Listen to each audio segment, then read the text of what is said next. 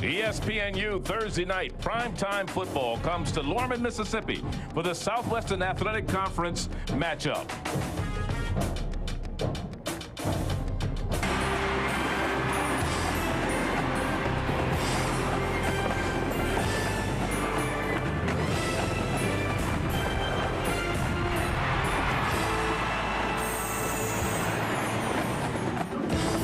We're at Jack Spink Stadium on the campus of Alcorn State in Lorman, Mississippi for this ESPNU Thursday night primetime football game presented by Buffalo Wild Wings as the Golden Lions of Arkansas Pine-Bluff travel about 3 hours to Lorman, Mississippi to take on the Braves of Alcorn State. Hello again, everyone. Charlie Neal along with my partner Eddie Robinson. Welcome to Lorman, Mississippi. And Eddie, both of these teams are coming off of opening season losses from a week ago. They need to turn things around with a win tonight. Well, Charlie, the worst thing you want to do is start your college football season off 0-2. Of course, Pine-Bluff expects to be in that championship game once a year, so they really have to play hard tonight to get back to even. As far as the running game for Arkansas Pine-Bluff, a very potent running game, they're going to go with a two-headed monster with Mickey Dean and Martell Mallett. And I don't think there's no two better backs in the conference right now. Of course, Martell Mallett had 14 touchdowns a year ago. Mickey Dean was injured last year, but in 2005, he had 11 touchdowns. Together, those two guys can really dominate a football game. Well, Arkansas Pine-Bluff was in the SWAC championship game a year ago.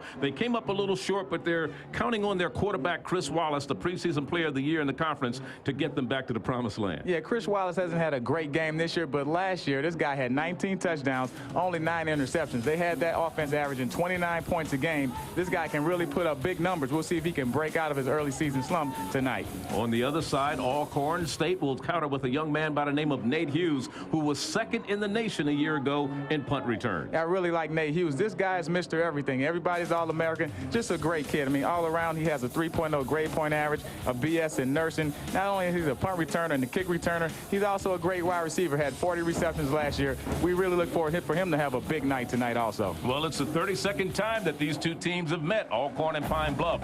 Pine-Bluff has won the last two, and we'll be back with the opening kickoff from Lorman, Mississippi in just a moment.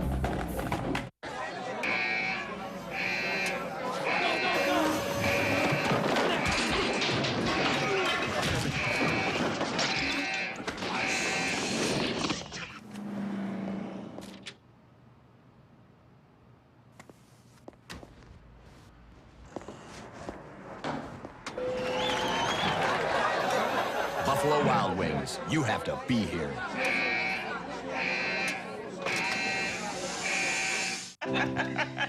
She used to make lunch for us every day. And she put these little notes in the lunch bag. You take out your sandwich and it'd be this little... ESPNU College Football is presented by Buffalo Wild Wings. You have to be here. And in part by Jack Link's Beef Jerky. Feed your wild side. Back here at Jack Spink Stadium on the campus of Alcorn State University in Lorman, Mississippi. This is college football prime time.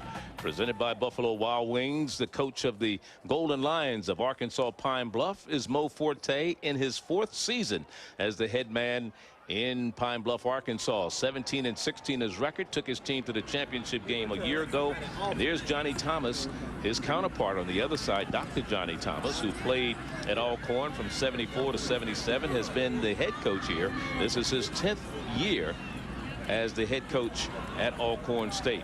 Has had 6 straight seasons in which his team has gone over 500, but for some reason or other, Eddie, they just cannot seem to get to that championship game. And I think that's had something to do with confidence. These guys just need to really step up and beat an upper echelon team, and they have one in Arkansas Pine-Bluff tonight. As far as new rules in the NCAA, from 1925 to 1980, they kicked from the 40-yard line. Then in 86, from 86 to 2006, they kicked from the 35. And, of course, this year it has been moved back another 5 yards to the 30. So that gives dangerous return men an opportunity to make something happen early. There's Bruce Peters, number 10, the junior, out of Orlando, Florida, one of the deep men for Arkansas Pine-Bluff, who will receive the ball. They won the toss. And there's the kicker, Alexander Welfke, a freshman out of San Jacinto, California. against Grambling a week ago in their season-opening loss. He hit a field goal from 28 yards out, punted 9 times, and was 1 of 1 in PAT. So not a bad way to start your college career. He was a busy young man on opening night. But this rule here, Charlie, just a chance to score more points. Of course, everyone likes to see points. As a linebacker, I like to see good defense.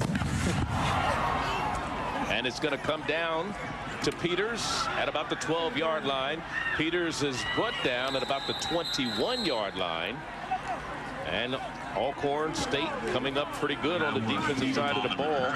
And that was Carl Harris who came up to make the stop, number 55. As you look at Chris Wallace, the starting quarterback for the Golden Lions of Arkansas Pine-Bluff, a young man who had tremendous numbers a year ago. Player of the Year in the Southwestern Athletic Conference, and this year's preseason SWAC Player of the Year. First down and 10. And he has Martell Mallett, the lone setback behind him. Play action now. They're coming with a little end around and turning the corners. Jason Jones, and he's busted out of bounds, belted out of bounds at about the 31, 32-yard line. As we look at the starting alignment for the University of Arkansas Pine-Bluff, Billings, the only returning starter who was a walk-on. Portia replaces Jackie Skipper at the center. He was the Remington Award winner a year ago. The backs and receivers, Mallett led the SWAC in rushing and scoring last year. And the receivers, Jason Jones is a veteran there, 38 receptions and 13 touchdowns. Second down and 1. And they get the first down with plenty to spare across the 35 to about the 36-yard line with Martell Mallett. Alcorn State defense. Taylor Allen, Randy Carter, and Joe Keys are the men up front. The linebackers, they are good ones. Robinson and Cooper, preseason all-conference selection. And the defensive secondary, a little shakeup from a week ago with Etienne and Rod Williams getting the start this week. It is first down and 10. This drive started at their own 21-yard line. That is the Golden Lions, and they're keeping the ball on the ground. There's Mallett trying to bounce it to the outside, but had to turn it back inside because the defense was playing very stingy. That's Joe Keys, number 75, the senior out of Collins, Mississippi, who made the stop. Let's look at the keys to the game, Eddie, for Arkansas Pine-Bluff. Of course, Arkansas Pine-Bluff, they have a young offensive line. Only one returning starter from last year. They have to mature fast. Chris Wallace didn't have a great game last year, but we know what he's capable of. He has to have a really big week and get going. And of course, they have to contain Nate Hughes. That's the dangerous kick and punt returner that Alcorn State has on the field tonight. They go with Delvin Nixon as the up back, the fullback in the eye. Here's the play action. Wallace under pressure, steps away from one man, but will not get away from the relentless pursuit of the defense. And that was led by Lee Robinson, the preseason first-team all-selection from a year ago. The outside linebacker along with Antonio Cooper. And we talked about this. And Chris Wallace has to step up and have a big game. Doesn't have a lot of chance to do much here. Of course, Alcorn State coming up with the blitz early. And if you have a quarterback that's kind of struggling, put pressure on him. Make him do something that he doesn't want to. Just really doesn't have a chance. Chris doesn't. But here on the 3rd and long, maybe he can get some magic and get that big playability that Pine-Bluff showed last year on offense. 3rd and 15 right now. Wallace back to pass, throws in the middle of the field and has it complete at the 46. Now it goes incomplete, in and out of the hands of the intended receiver for the quarterback. Watch Wallace take a hit after he lets it go. Yeah, of course, and that hit hurts when your receiver drops that pass, because that should be a first down. I mean, he did what he had to do. He stepped up and delivered the strike and took the big hit. Just have to get some help by your receivers to get the first down and keep the chains moving. So there you see the punter for Arkansas Pine-Bluff, John Heflin, senior out of Dallas, Texas. There's Nate Hughes, the very dangerous return man who was 2nd in the nation in punt returns a year ago. They're trying to keep it away from him, and it takes an Alcorn bounce and bounces down at about the 34-yard line, and we get a late flag. Some extracurricular activities that occurred after the whistle had blown, and we're going to get a dead ball foul probably against the Braves of Alcorn. Our referee tonight is Keith Moore, and we'll see as they sort this one out.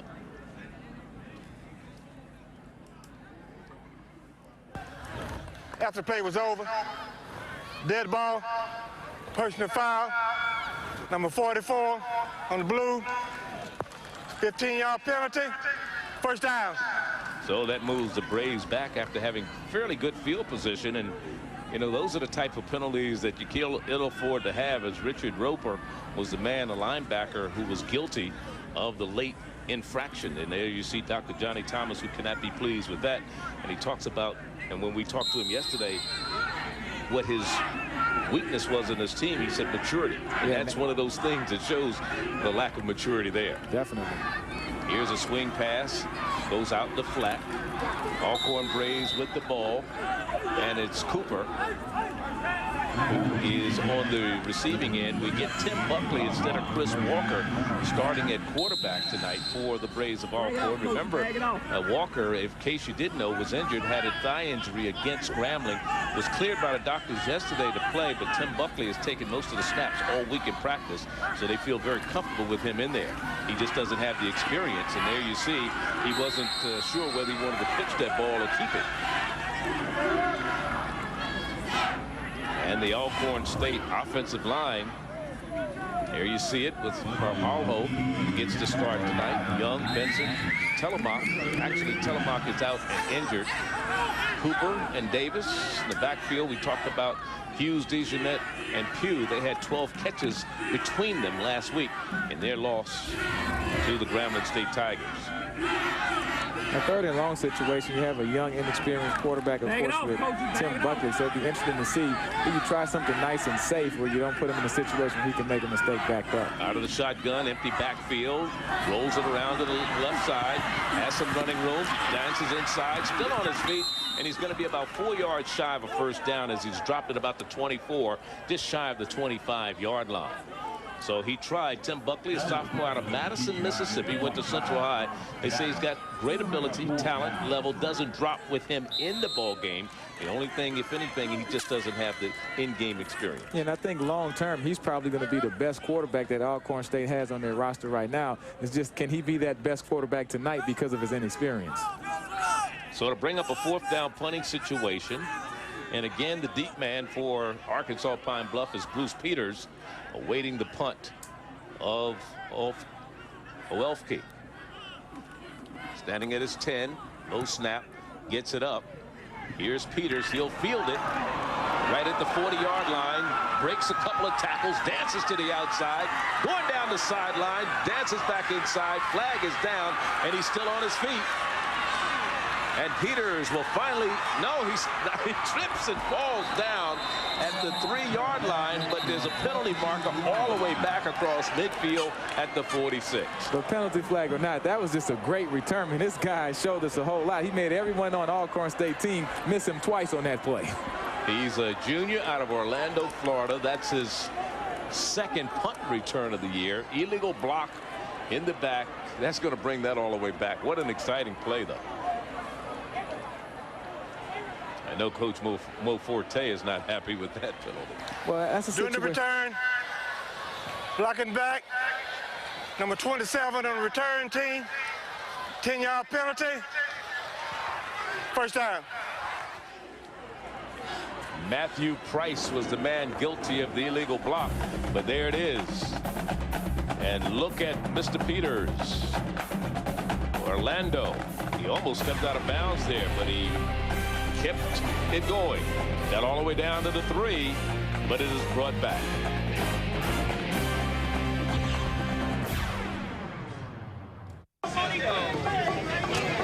All right, step right up. This is what's going to happen. All right, just in time to see the action. Here we go, here we go. What happened to your phone bill? Remember that great promotional rates? Those special offers, bundled services? Well, now, those great low rates I'm sorry, that's expired. have disappeared. And so is your money. It's called the shell game. And the phone and cable companies think they can get away with it. Well, now, you can beat them at their own game. How?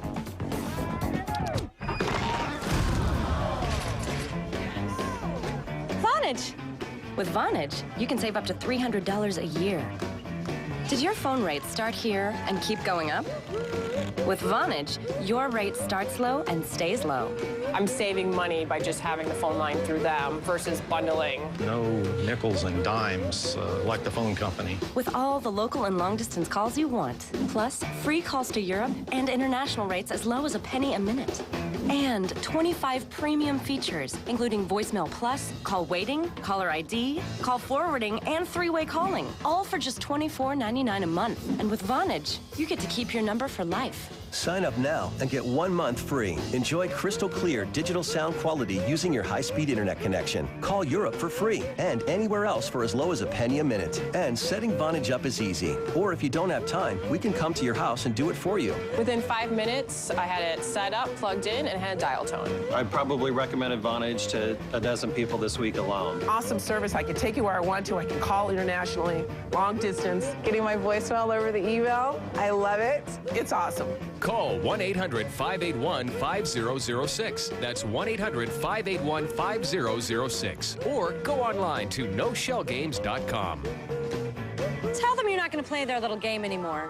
Tell them you're switching to Vonage. Flashback here from Lorman, Mississippi. A lot of people know this young man. Steve McNair became the NCAA's all-time offensive leader on this field back in 1994, 22-yard run against Southern.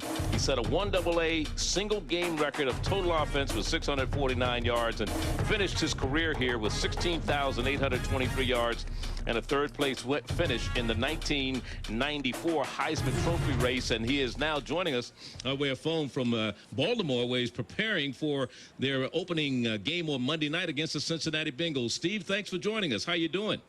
Thanks. It's good to be on. Well, it's good to have you here. Let's talk a little bit about your memories of playing here at Jack Spink Stadium. Those are some great memories. You know, you go back and look at the fun that you had in college and recognize how much enjoyment that, you know, I got out of Alcorn and their fan and the whole organization. It was a great memory for me, just to have an opportunity to go out there from high school and further my education and also play the game of football that I truly love and put me in a position that I am in today. One of the things that's so great is every year you come back to this same facility and conduct a camp free of charge for kids. Yes, and you know, it's a good thing, I think, for the kids to give them opportunity that, you know, a lot of kids don't have the opportunity to have the financial support of going to football camps, and for me to come back and my alma mater and give back to the community and the surrounding community for kids, and try to give them the encouragement that they can be the next Steve McNair, the next Jerry Rice, and so forth. And I think those kids are really appreciated, and I look forward to it every year. Well, Steve, you know, you and I are both out of the SWAC conference, and how much pride we have in that. And going back to that Super Bowl where we almost made it and we didn't win, I mean, can you guys get to that point this year? Because I want you to win that championship that I didn't win when I played. Well, I want to win it too, Eddie, I tell you. But, you know, we can. And unfortunately, last year was a great opportunity for us also to get to the Super Bowl. But, you know, in the playoffs, you know, you have to be on, you know, on all cylinders, clicking on all cylinders on all three phases of the game. And we wasn't clicking on all three phases. I think offense kind of supported a little bit. But I think this year is a different year. You know, we say that, you know, every year. But with the chemistry we have, you know, coming back, and with me being in this offense and in this organization a year and having training camp under my belt this year, you know, I feel more confident than I did last year going into the season. The chemistry is there with this offense, and we got a lot of weapons on offense. Our defense is going to take care of itself. So I think we got a better of a chance this year than we had last year. Well, Steve, I know you're a SWAC legend. Of course, all of the guys and players around the SWAC are definitely rooting for you. And I really do hope you get that when you and Samara Rowland and all of my old Titans teammates that have moved up to Baltimore this year. We sure working on that, I tell you. All right, well, Steve, I know you're not watching the game. You already told me you're studying your plays, getting ready for the Cincinnati Bengals, and we wish you much success in the upcoming season. Thank you. And thank you for joining us. Steve McNair, a great all-time player here at Alcorn State, taking time to join us doing the telecast tonight. Yeah, I mean, just a classy guy. I mean, those years I played with the Titans with him and Eddie George, a lot of superstar players who were just ordinary guys. And you can tell just talking to Steve, he's just an ordinary, hard-working quarterback who tries his best and gives you everything he has on the football field. I loved having him as a teammate, and playing against him in college, I mean, I hated it. The guy just did everything at Alcorn, basically built this stadium is what it is, just with his phenomenal passing and running ability. And while as we listen to our referee here, who's been busy, illegal block in the back against and a holding penalty. So 2 penalties against the Alcorn Braves on that During the run back, there were 2 fouls. Holding against the Alcorn, blocking the back against Alcorn. The blocking the back penalty would be accepted. 10 yards. First down. So from their own 6, and there's the numbers we talked about at Alcorn State that Steve McNair put up. 14,000 yards passing, 119 touchdowns. He also had 100 and some yards rushing and put him over the 16,000 total yard mark. But it is first down right now for the Braves of Alcorn, their second offensive possession, and they're not going anywhere. Cooper ran into a stone wall there as he tried to get into the defensive line. John Keith, the strong safety, one of the men to hit him there, along with Ladarius Anthony. I wouldn't be surprised. Me, Alcorn State, their offensive coordinator is John McKenzie. Now, he was my offensive coordinator when I was at Alabama State in the SWAC some time ago. And one thing I know that he likes to do when he's backed up, he likes to take a shot out and try to put points on the football, on the scoreboard. So don't be surprised if you see the Braves take a shot, even though they're backed up into their own territory. And Chris Walker is in the lineup into the end zone. There he goes. And like you said, he's going to let it go for Nate Hughes, who has it across midfield. And Nate Hughes on the reception, and he has a first down at the 44-yard line of Arkansas Pine-Bluff. And that's John McKenzie. I mean, I've seen this guy so many times, and he likes to take shots when he's backed up. And you just you have a guy like Nate Hughes. He's your big play player. Hey, give him a chance to make a play. You see he gets behind the corner and the safety. Just a beautiful throw and catch by the young man here, and he just can do everything with the football. Now they're across midfield. The momentum is definitely on Alcorn side. Sonny Houston was the cornerback, number 28. Frank's number 9. The men that Nate Hughes beat. He was an 800 and 400-meter champ, so he can run. Not great start speed, but finishing speed he has. Here's Walker rolling left. Throws, has it complete at the 30-yard line. I believe it's the tight end on the reception for the Alcorn Braves. That is complete to Edward Johnson. And his offensive coordinator, McKenzie, he talked about Chris Walker. He said there's no way you keep this kid out of this football game. Of course, he was banged up last week, but he hobbled around in practice. And he said he's just a tough kid. He's a competitor, and he wants to get out there. So even though he didn't start, you can see he comes into the football game, has a level of excitement, has 2 big pass plays. Now he has the Braves on the march once again. Maybe the reason he didn't start because he didn't practice this week, but they didn't take long to get him in there, did they? Not long. That thigh contusion. He loses about 4 yards this time on that particular play as he was wrapped up immediately by Kenneth Leichman. Let's look at the defense for Arkansas Pine-Bluff. We talked about Ladarius Anthony, preseason all SWAC selection. The linebackers for Arkansas Pine-Bluff are led by Tim Turner, who had 10 tackles last week against Mississippi Valley. In the secondary, Keith Franks, preseason all SWAC selection. Webster and Houston round out the secondary. And there's a handoff up the middle to Cooper. Cooper on his feet and down inside the 20 to the 19-yard line before Stuart Franks had to come up from the safety spot to make the stop. First down, Alcorn. Remember, this drive started at their own 6-yard line. They had the big long pass play. Yeah, and that just gives you guys a little bit of confidence. Man, has the offensive line wanting to block, just makes him want to finish runs. And Cooper, man, he's a very good running back. He hits the hole with a lot of excitement, gets into the secondary. Now they're right on the edge of the red zone to see if the Braves can get this one into the end zone on this drive. So you see Bernardus Cooper out of Greenwood, Mississippi, 698 yards a year ago. He was a 3rd leading rusher in the Southwestern Athletic Conference. And we've got some equipment malfunction on the sideline. John Keith, the strong safety, has to get that taken care of. Meanwhile, here's Walker with the fade pass going to the end zone, and it's caught incomplete. In and out of the hands of Antonio DeJournette, the sophomore from Eclectic, Alabama. He started.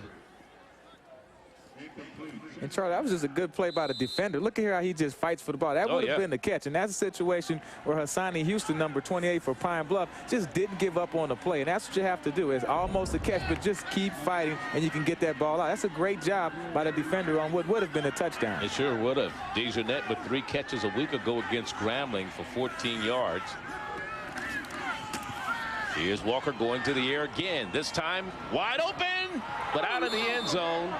It was a one-handed catch by Nate Hughes, but he was out of the end zone. If they could have kept it a little bit more inside, he would have been 6. I mean, you can see the talent of Nate Hughes. Now, this should have been a touchdown. I mean, Chris Walker's going to want this one back, but look at the one hand on you with the extension. Wow, just not enough room for him to keep his feet down, but you can see the type of athletic ability that Nate Hughes brings to the table tonight. Well, no question about it. It is 3rd down and 10. You talk about Nate Hughes.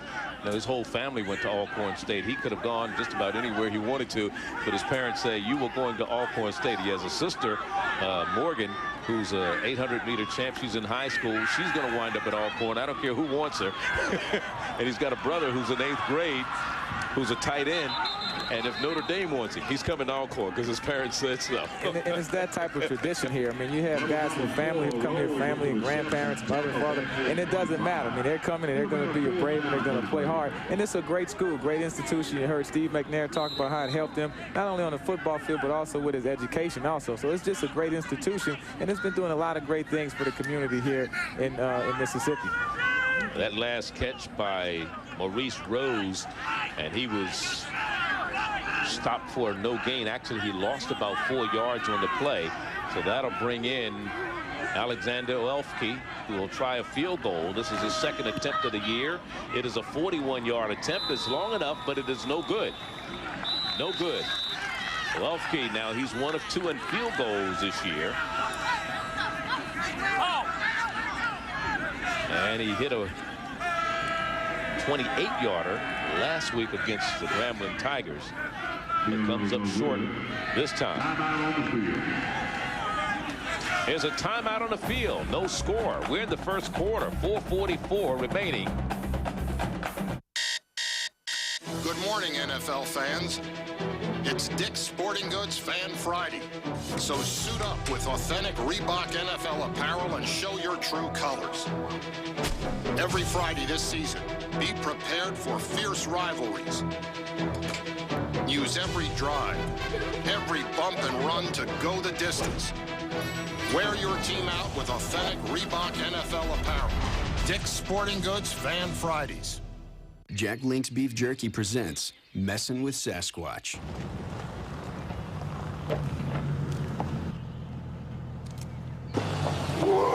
Hey, you want to ride? It's okay. Sorry. We're sorry. Sorry, buddy. Sorry, buddy.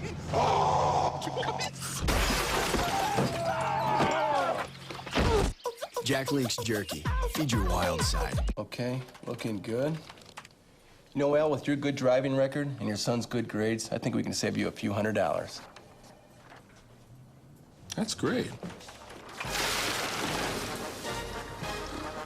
State Farm's got football fever. I never get used to that. You'll get it too. That was excellent. They love this time of year. To see how much you can save, call an agent or visit statefarm.com. No curb appeal. Hate the color. Oh, honey, this is it.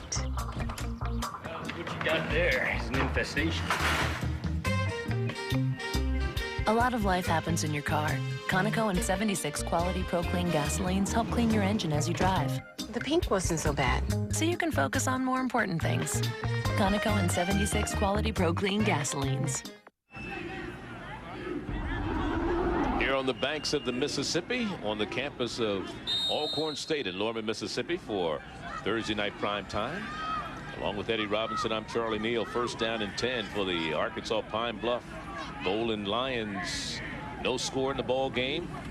And Mickey Dean gets to carry off the left side, bounces to the outside, and has very little running room. Was hit immediately as he tried to dance to the outside there. Didn't get a whole lot going for himself that time as Rod Williams came up to make the stop. Sophomore out of Monroe, Louisiana, and Richwood High. Here's Mickey Dean from Little Rock. Led the SWAC in run touchdowns 2 years ago and scored 2 touchdowns against Alcorn back then. Last year only played in 4 games, only carried the ball 6 times for 18 yards. But last week against Mississippi Valley, 19 yards on 9 carries. He's a second back in the eye, play action. Wallace and under pressure, and he is going to be sacked. Last year, this team only gave up 33 sacks. Let's join Lowell Galindo in the studio for SportsCenter in-game update. Lowell. Well, guys, for as good as the Louisville offense is looking, the defense is looking just that bad. Middle Tennessee State, the touchdown reception from Bobby Williams, 28-21 Cardinals in the first. Well, maybe they're thinking a little upset there, huh? Middle Tennessee. Yeah, I tell you, after Michigan, I didn't think any of the big boys would be getting caught, not prepared. Here's Wallace, back to throw, under pressure again, and he's going to be sacked. So 2 sacks in a row, back to back.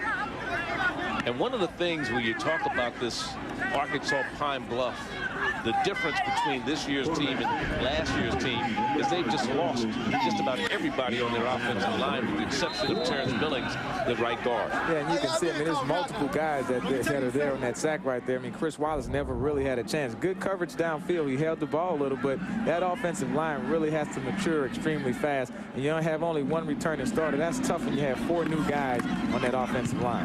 Heflin punts for the 3rd time today. Nate Hughes rather, does not get to it because it goes out of bounds right at about the 43-yard line, and that's where the Braves of Alcorn will get the ball, their best field position to start the game, or to start a drive, I should say. They had to move the ball down as far as the 24 when they missed a 41-yard field goal. Still no score here in Lorman, 3:05 to go, first quarter.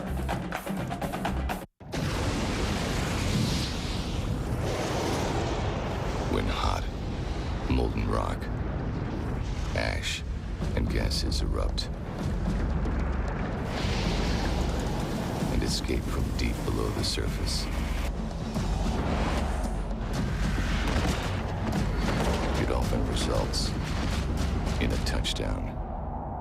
For those who have what it takes on the inside, Russell has what it takes on the outside. ESPNU brings you college sports 24 hours a day, 7 days a week. The passion, the anticipation, the excitement. Wide open touchdown! Every season. This is for 3. Count it. Every reason to.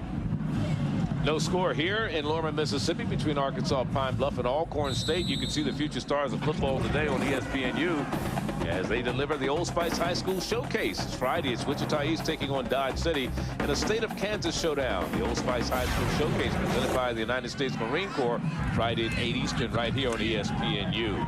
And here, trying to go to the left side is Buckley. So they're alternating quarterbacks on alternating possessions. Yeah, interesting philosophy. I mean, I think it's something that can definitely keep the defense off balance. A little speed to the corner here. Watch this by Tim Buckley, a sophomore from Madison, Mississippi. You know, they list him as 203 pounds. He's not that tall, but he's got a little weight behind him. He's 6 feet tall, 203 pounds, but he moves pretty good. Yeah, he's the most mobile of the 3 quarterbacks that Alcorn has, and they say that this guy has a lot of talent. I mean, they really like him, and they're high on him. Just a little inexperienced, but this is a great way to get him experience by rotating him every other series, because there you can kind of sit out and see what's happening, and at the same time still get in there and play a little. It is second down. Buckley now will roll to his right, looking back to his left to set up the screen. Has it complete on the near side to Tate, and Tate still on his feet, and Tate is down to the 31-yard line. That is Brandon Tate. He's in grad school, a grad has already completed his undergraduate degree from Macon, Mississippi, transferred from the University of West Virginia. Yeah, and Charlie, this is the old tight end screen. You can see 88, Brandon Tate just kind of leaks back around, and the big guys get up front and just start decleating some guys. Man, they're making some great blocks. But that's a play that John McKenzie, I've seen him run that time and time again. And what you're going to see today out of this Alcorn State offense is a lot of different people getting the ball, a lot of different formations, and he's going to try to create mismatches. And he's also going to have have a couple of trick plays here and there. I think you saw one right there. And a man who's used to seeing trick plays is Monty Coleman, who's the defensive coordinator for the Arkansas Pine-Bluff Golden Lions. Played in the NFL, played with the Redskins, and he knows a little bit about some defense himself, as Tim Turner made the stop. Yeah, I mean, you have a guy here. I mean, he's not only that, he's their spiritual leader for Arkansas Pine-Bluff, and we talked to him a little bit last year in that SWAC championship game, and he brings a lot, not only to the defense, but to the chemistry of that whole team. And Mo Forte really relies on him to get the inspirational and the message to his guys, not just the defense, but the entire Pine-Bluff football team. Jacob Davis and Joshua Brumfield in the backfield this time. It's Buckley rolling to the right under pressure and will not get away as the defense was there. Ladarius Anthony, the junior out of Pine-Bluff High in Pine-Bluff, Arkansas, there to make the stop defensively. He had 8 tackles a week ago against Mississippi Valley.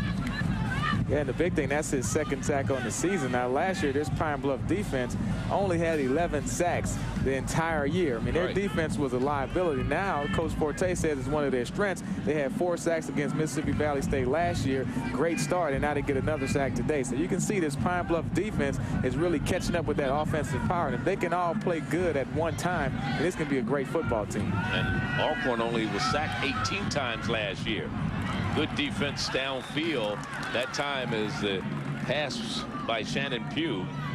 Pass goes incomplete. There's Pugh. Correction, that's Minal Webster, rather, defensively for the Golden Lions of Arkansas Pine-Bluff. Number 15 there, out of Los Angeles, California, senior. It's a tricky situation. They're going to bring on the punt team, but you're only on the 32-yard line. So you take the chance that if he punts it into the end zone, of course, it'll only be a 12-yard net punt. So we'll see. Maybe they'll have something else that they can try to sky kick it and place it extremely well, else it won't be a very big benefit to Alcorn State. Welfke, who does all the kicking, field goal kicking, the kicking off, punting. A little pooch pump, trying to keep it from going into the end zone, and it goes out of bounds. They're going to mark it around the 12, maybe 13-yard line. They're going to mark it right at the 12. So that's where Arkansas Pine-Bluff, who've struggled, who've not gotten past the 43-yard line, not across midfield in the first half or first quarter of this ball game with 1:03 to go. And look at the pressure that their quarterback has been under all game long, Eddie. Chris Wallace. And Chris Wallace, man, this is a guy that had 19 touchdown passes last year, over 1,900 yards. But hey, when you're setting up in the pocket and guys are just running around you and hitting you and taking shots at you, you can't ever feel comfortable. They really have to get some pass protection, either roll him out of the pocket, get him in a situation where he can set his feet, look downfield, and throw to those receivers and create some big plays. He's a very talented quarterback, but it's hard to show that talent when you're getting hit all the time. Especially with the line, and Coach Mo Forte told us back in spring ball they only had 3 offensive linemen. They graduated 3 young men, including the Remington Award winner at center. We're talking about Jackie Skipper, who was a team spiritual leader, and then you know, another kid quit on them, and so therefore they couldn't even have a spring scrimmage because of that situation. And this ball is in and out of the hands of Jason Jones, a pretty good receiver who had 38 receptions a year ago and was ranked 25th in the nation in receptions per game, reception yards per game. Yeah, and we talked to that with Coach Mo Forte about how do you get Chris Wallace in your offense just feeling comfortable and get it going. He said they're going to try to do some simple plays early on, some easy throw and catch plays, and that may be what they have to go to, just some little 5- and 10-yard routes just to get his confidence going today. And he's back to pass again. The southpaw letting it fly, and it's off the fingertips again of Jason Jones, going deep downfield. So it'll bring up 3rd down, 3rd and 10. Last year, 3rd down conversions, they were 38% as a team. You know, you look at some of the numbers that they put up, and you kind of ask yourself, how did they get into the championship game, right? Yeah, I mean, well, offensively, I mean, they were big. I mean, they had a lot of big plays. They didn't really rely on 3rd down conversions because they had a lot of long scoring plays, and they're just waiting for that to happen, but it hasn't happened this year. Out of the shotgun. This one is complete to Jason Jones. Jason Jones still dancing up to the 25-yard line, and he has the first down with about 2 yards to spare. So Jason Jones was on the game plan for the last 3 plays. They finally connected. Well, and Jason Jones is a guy, I mean, he had 11 touchdowns last year, but more importantly, he averaged 25 yards per catch. I mean, he's a big play guy. And you can tell he just runs across the route, just keeps running, and nobody hits him. Good throw and catch. But they need some third down conversions. And I think more important than Jason Jones catching that pass, you got to have Chris Wallace starting to play with some more confidence in taking this offense on his shoulders and get it to where it needs to be. Jason Jones with 3 receptions a week ago against Mississippi Valley. Now they're going to the left side with Mickey Dean trying to turn the corner, but a good defensive play down there by the Alcorn Braves to cut him down. I believe the man was Antonio Cooper, who came up to make the stop defensively. 12 tackles for him against Grambling last week. A forced fumble. He was one of the SWAC notables from a week ago. So that's going to bring the first quarter to an end. We have 15 minutes of football under our belt here on the banks of the Mississippi in Lorman, Mississippi. No score between Alcorn and Pine-Bluff. Pine-Bluff trying to get something going here. There's Nate Hughes. He's been a big play man for Alcorn.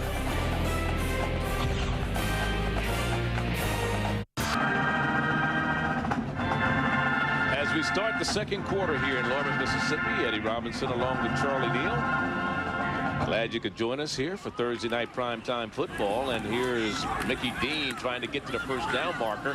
He's going to be about a yard shy as he scrambles his way to the 35-yard line.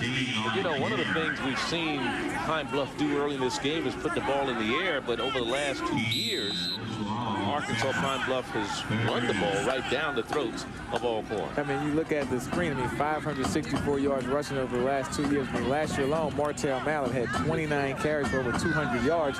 So, I mean, today they're choosing to pass the ball, but in the past, they've been able to just manhandle this Alcorn State defense. But tonight, that's not happening. And when they got into the red zone, they were 5 for 5 a year ago. Again, here's Mickey Dean trying to get to the first down marker. He lunges. Let's see where they mark it. He's very close. The old saying is it the right foot or the left foot? They said it is a first down. He just used that second effort to lunge forward, and they're going to move the chains forward for a first down.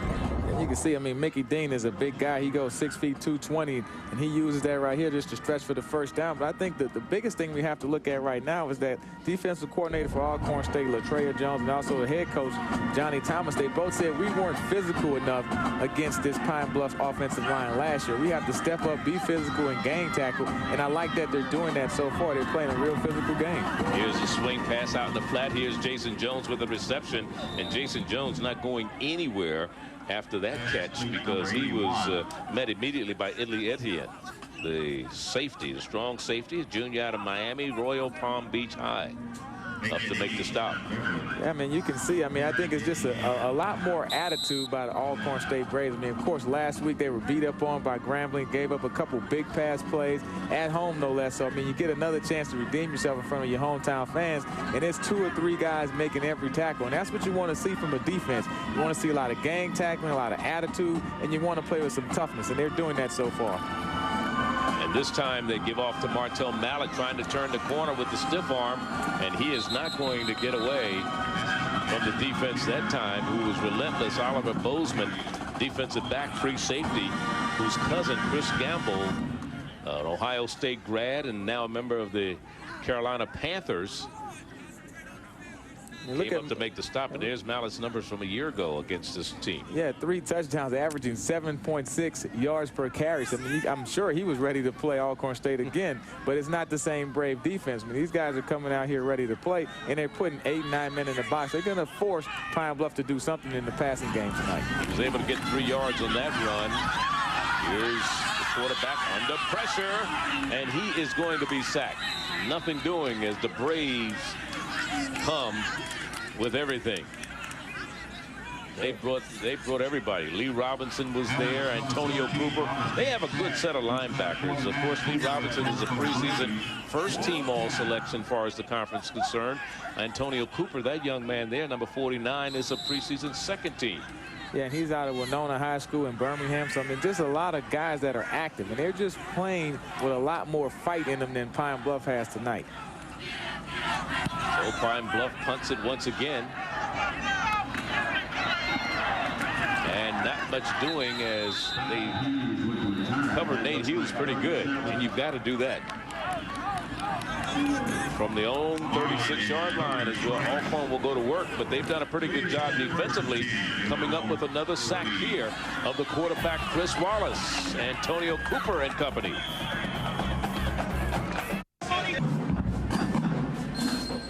Johnny Thomas, his team, since he's been here, is 3-5 against Arkansas Pine-Bluff. Last time he beat them was 2003, 37-10. And the quarterback rotation continues. Chris Walker, 3 of 6 in the passing department, and now making 3 of, well, still 3 of 6, 3 of 7. It should have been 4 because Nate Hughes let that one go. He already has completed a 52-yarder to Nate Hughes. Yeah, I think Nate Hughes was just looking at what he could do after he made this catch. You just have to secure the football here. He sees it, just an easy catch. He'll make that 9 out of 10 times. And I'm sure he was thinking, man, I want to turn upfield and get more yards. Nate Hughes, a 3.5 grade point average in nursing. He's already graduated. He's taking some classes now. He was commuting back and forth because the nursing degree he was working on, he had to go to Natchez, Mississippi, about 35 miles from here every day, and he did it relentlessly. Here's a pass complete in the flat, and losing yards is DeJohnette. He danced a little bit too much that time. Yeah, sometimes you just have to take what you can get. He was trying to make a big play, just couldn't get into the clear. Little wide receiver screen. I think what he wanted to do was get back up into the middle of the field and then get going, but he just never really got started. Good coverage by Pine-Bluff on defense there. So they lose about 5 yards on the dance by DeJohnette, and it'll bring up a 3rd and 15. For the Braves of Alcorn. We talked about, and we spoke to Steve McNair earlier, one of the 3 first-round draft choices to come out of Alcorn State. John Theory and Ronell Young were the other 2 that came out of this program. And here's a catch. Still going to be shy of a first down by Nate Hughes at the 45-yard line, and it'll bring up a 4th and about 1. Well, they're going to make it. They're not even going to give it to the 45. They're going to mark it at the 43. So he's going to be about 4 yards shy. About 4 yards shy of a first down. So the punting unit will come on again for the Braves. And Olefke has punted already 4 times today. This will be his 5th punt of the afternoon. Keep an eye on Bruce Peters. He had a great return a couple plays earlier. And this one will die right at the 1-yard line. Make it the 2. That's where they're going to mark it. Now let's join Lowell Galindo in the studio for Sports Center U. Uh-oh, guys. Middle Tennessee State is not just hanging around. They're trying to win this ball game against Louisville. DeMarco McNair with his speed to the outside, 39 yards. Louisville up 31-28. And what's so interesting about that, if Middle Tennessee can hold on here and do what Appalachian State did a week ago, now the championship subdivision teams can get ranked in the AP poll. And hey, why not? If you're going to play the big schools and beat them, you should get some credit for it. I mean, that thing that Appalachian State did against Michigan was just an incredible performance. Let them get ranked if they're that good. No question about it. Back to pass from his own end zone, and a man is out there, and they just couldn't get it into the hands of Jason Jones as Chris Wallace was just about 1 inch too far on that pass. It just need a little bit more air under the football. I mean, this guy can really run, Jason Jones. If you just put a little bit more air on it, give him a chance to run under it like a center fielder. Too much of a line drive, and he can't make the judge. But if he catches that ball, trust me, this guy has some speed. He would go, and that would have been a 98-yard throw and catch. You're talking about the championship subdivision, which was formerly 1AA. Appalachian State, the 2-time defending 1AA champs, and now they've kind of changed it a little bit and call it the FCS, the football championship subdivision. It is 2nd down and 10. Wallace again letting it go, little fade, and this one goes incomplete again. Jason Jones, the intended receiver, and he's getting good coverage downfield. from Deshaun Lewis, the senior out of Harvey, Louisiana. As you look at Mo Forte, who was an assistant with the Detroit Lions, Denver Broncos. He was a Denver team when they lost the Super Bowl 24, I believe it was, to the 49ers back in '89. Yeah, he's coached a lot of great running backs. For him to have, you know, Martell Mallett, Nicky Dean, he's coached the likes of Barry Sanders and some great guys at Denver also. So, Sammy Winder. Yeah, Sammy Winder and Bobby Humphries. I mean, this guy knows a lot about football and has really been around the block. Great football coach. 3rd down and 10 from the I formation this time. Again, Wallace standing in the end zone. He's going to be sacked. That may be intentional grounding, or was there a player there? Well, they didn't call it. The closest receiver to the ball was Remo Gay, the tight end, number 19. Watch it.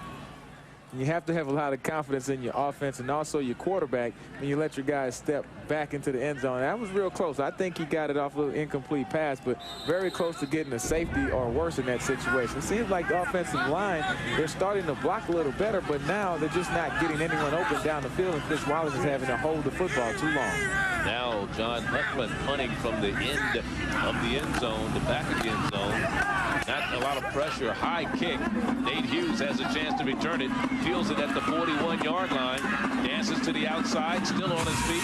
Trying to get to the corner. And is bounced out of bounds at the 28-yard line. So that's where the Braves of Alcorn will go to work after the Alcorn Braves defense held Pine-Bluff deep in their own territory.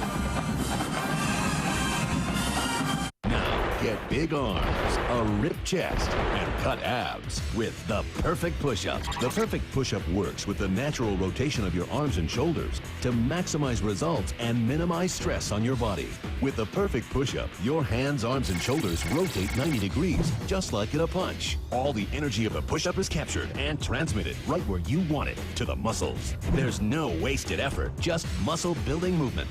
And as your arms rotate, you feel it work in your biceps, your triceps, your chest and abs, and your shoulders. Invented by a U.S. Navy SEAL and made with steel and a ball-bearing movement, it's the push-up perfected. So here's the deal. The Perfect Push-Up is only 2 payments of $19.95. When you order, you'll receive 2 Perfect Push-Up rotational handles, and you'll also receive the Navy SEAL-inspired Perfect Push-Up workout chart. You'll be ripped in no time. Get big fast. Call right now for the Perfect Push-Up. Call 1-800-543-0427. I used to suffer from acne on my chest and back. The pimples were painful, unsightly, and embarrassing. But then I started using Panoxyl Foaming Acne Wash. Panoxyl Foaming Acne Wash is a treatment that works 2 ways. Its rich, creamy lather gently foams away excess oil from skin to cleanse and unclog pores, while the benzoyl peroxide medication works to kill the bacteria that cause acne. Enjoy healthy, clear skin with Panoxyl Foaming Acne Wash. Panoxyl Foam from Stiefel Labs is available at CVS and Walgreens. Like any good parent, I want the best for my baby. That's why, to help prepare for his future, I turned to Gerber. With the Gerber Life Grow Up Plan, you can give your baby a $10,000 whole life insurance plan for just pennies a day. And when your child turns 21, that coverage will automatically double to $20,000, and the cost stays the same. By age 28, your child will have the right to purchase up to $100,000 worth of insurance. Call 1-800-914-6100 today.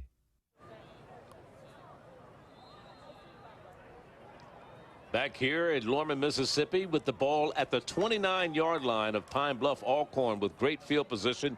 And Chris Walker is the quarterback, and we're going to get flags. Let's see if they were drawn offside. That is Pine-Bluff, or whether there was just a little bit anxiety on the pass on the part of the Arkansas Pine-Bluff defenders. Let's see our referee. He will give us the call. That ball, offsides, number 92 on the defense, 5-yard penalty, beat it down. Well, they didn't really need that. They already had their back against the wall. Now you give them a 1st and 5 at the 24, your own 24, after a 12-yard punt return by Nate Hughes. And Walker has his team set. This is as close as Alcorn has been all day long. Now we get a flag. We're going to get motion, illegal procedure against the Braves. So that 5-yard penalty against Pine-Bluff will be moved back, and now it's going to be 5 yards against False start. Number 82 on the offense. 5-yard penalty. Repeat the down. Edward Johnson, the receiver, moved a little bit too soon, so it goes back to the original. So it's now 1st and 10 again. All that's doing is getting both coaches very upset. No question about it. Saw a shot of Johnny Thomas on the sideline, whose brother, by the way, is Dr. Dennis Thomas, the commissioner of the Mid-Eastern Athletic Conference, who also played here at Alcorn and coached here. Here's Cooper on the carry. Cooper gets a couple yards down to about the 27-yard line.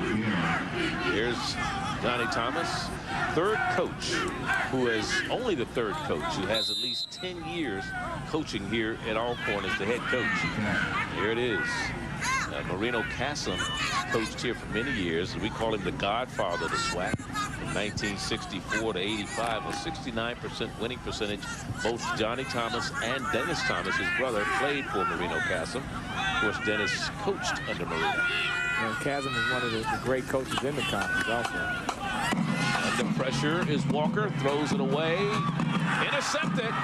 This one is going to be picked off and run down the sideline by Anton Williams, the middle linebacker, the senior out of Little Rock, Arkansas. So we have the first turnover of the ball game.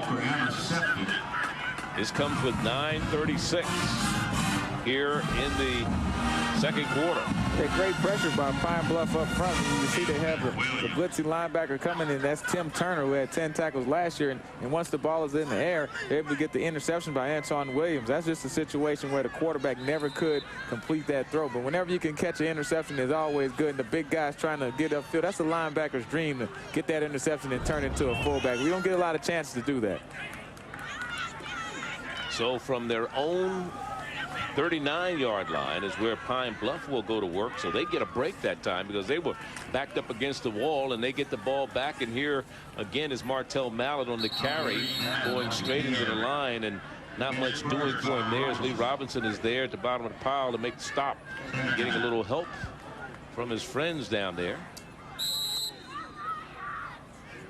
In this Alcorn State defense, I mean, they've been impressive so far. I mean, Yes, keep Malcolm in mind, Taylor, yeah. They've been pushed around pretty bad the last couple of years by Pine-Bluff. So now when you step up and play hard and you're not giving up these big runs, as it goes on and continue, you start playing with more and more confidence. All the big guys along the front, and they're doing extremely well so far.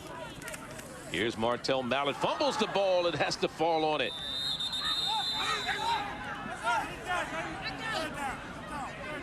So he was able to recover it, because I'll tell you, they were coming. That is the defense.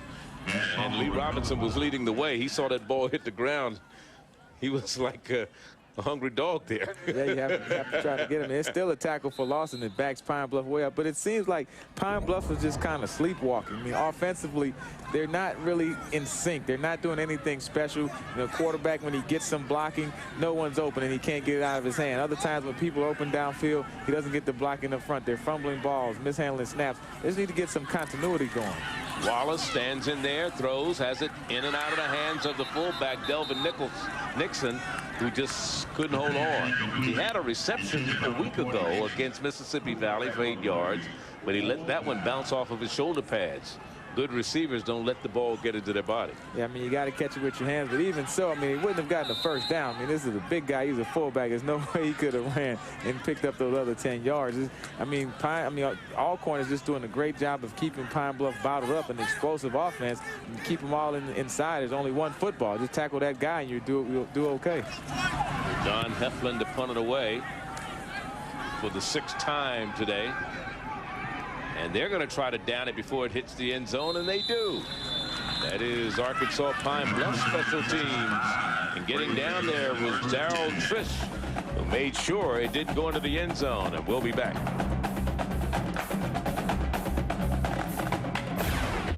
With your SWAC update, I'm D. Jackson. At ballparks all across the country this year, college football fans are remembering the great Eddie Robinson, former coach of the Grambling State Tigers. His former players say they couldn't have made it to where they were without his help. You know, Coach Rob was there in the day when the kids couldn't go anywhere but a Grambling, Jackson State, Alabama State, Tuskegee, or so on.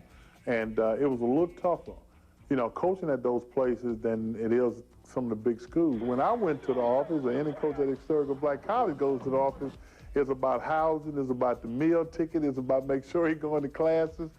He has a whole lot on his plate. There's a lot on the plate of the SWAC conference this week, too. Here's a look at the menu.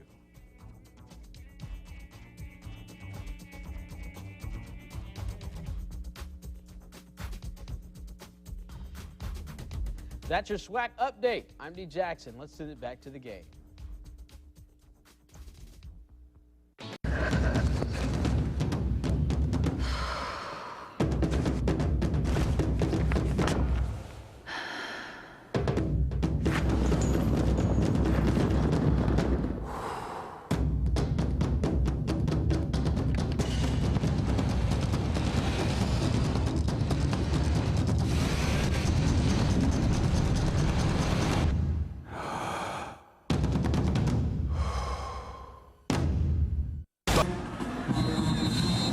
With the ball at their own 2-yard line, Johnny Thomas looking on. His team backed up with 8:02 to go in the second quarter. No score. And again, Chris Walker has stayed in for 3 straight series, and he keeps the ball on the ground, gives it off to Brumfield, and Brumfield back to the line of scrimmage, maybe a yard and not much more than that. You know, we talked about Steve McNair. We talked to him earlier today. Of course, he's been in many Pro Bowls, and one of the, the Pro Bowlers always played in Hawaii, and he was responsible for a young man by the name of Bronson Carvalho, offensive lineman recruited by the Alcorn Braves. It was several players that came over from Hawaii because they met Steve McNair, and he talked them into coming to Alcorn State, and Carvalho is still here. In fact, he graded out the highest of all the offensive linemen a week ago against the Grambling State Tigers. That's quite an accolade. I'll tell you what, from Hawaii to southern Mississippi is still quite a sales pitch by Steve McNair. Climate change and quite a selling job. I remember the first time I came to Alcorn State. This is 27 years ago, and the road was crooked then. It's straight now. I said, there's no way you could recruit me here. You'd have to blindfold me and bring me in. This is a great campus. I mean, it's a beautiful stadium. Yeah, I mean, but it's getting here. Like you said, when you were here announcing, of course, when I was here, they didn't have these stands. They didn't have lights. We always had to play them at 1 o'clock, and it was extremely hot. Here's Walker in the end zone. And he manages to get back out, and it's going to bring up a 4th down punting situation as he's dropped at the 1-yard line. Here just trying to get around the corner, but good job by Pine-Bluff just keeping the quarterback inside. And he's very fortunate to not take a safety. At that point, you just want to get out the end zone and give your team a chance to punt. I mean, a 0-0 football game, don't make the first mistake. That's pretty much where both of these teams are at. They're just kind of filling each other out, and hopefully you don't want to make the first mistake and cost your team some points. And the punt is out by Belke, and now picked up by Peters, who fell on it at the 40-yard line. He was trying to get the handle on it and just couldn't, and wound up falling on it. So they'll get the ball at the Alcorn 40. Meanwhile, college football continues Saturday on ESPNU with a pair of games. It kicks off at 1:30 Eastern. It's Samford taking on 21st-ranked Georgia Tech.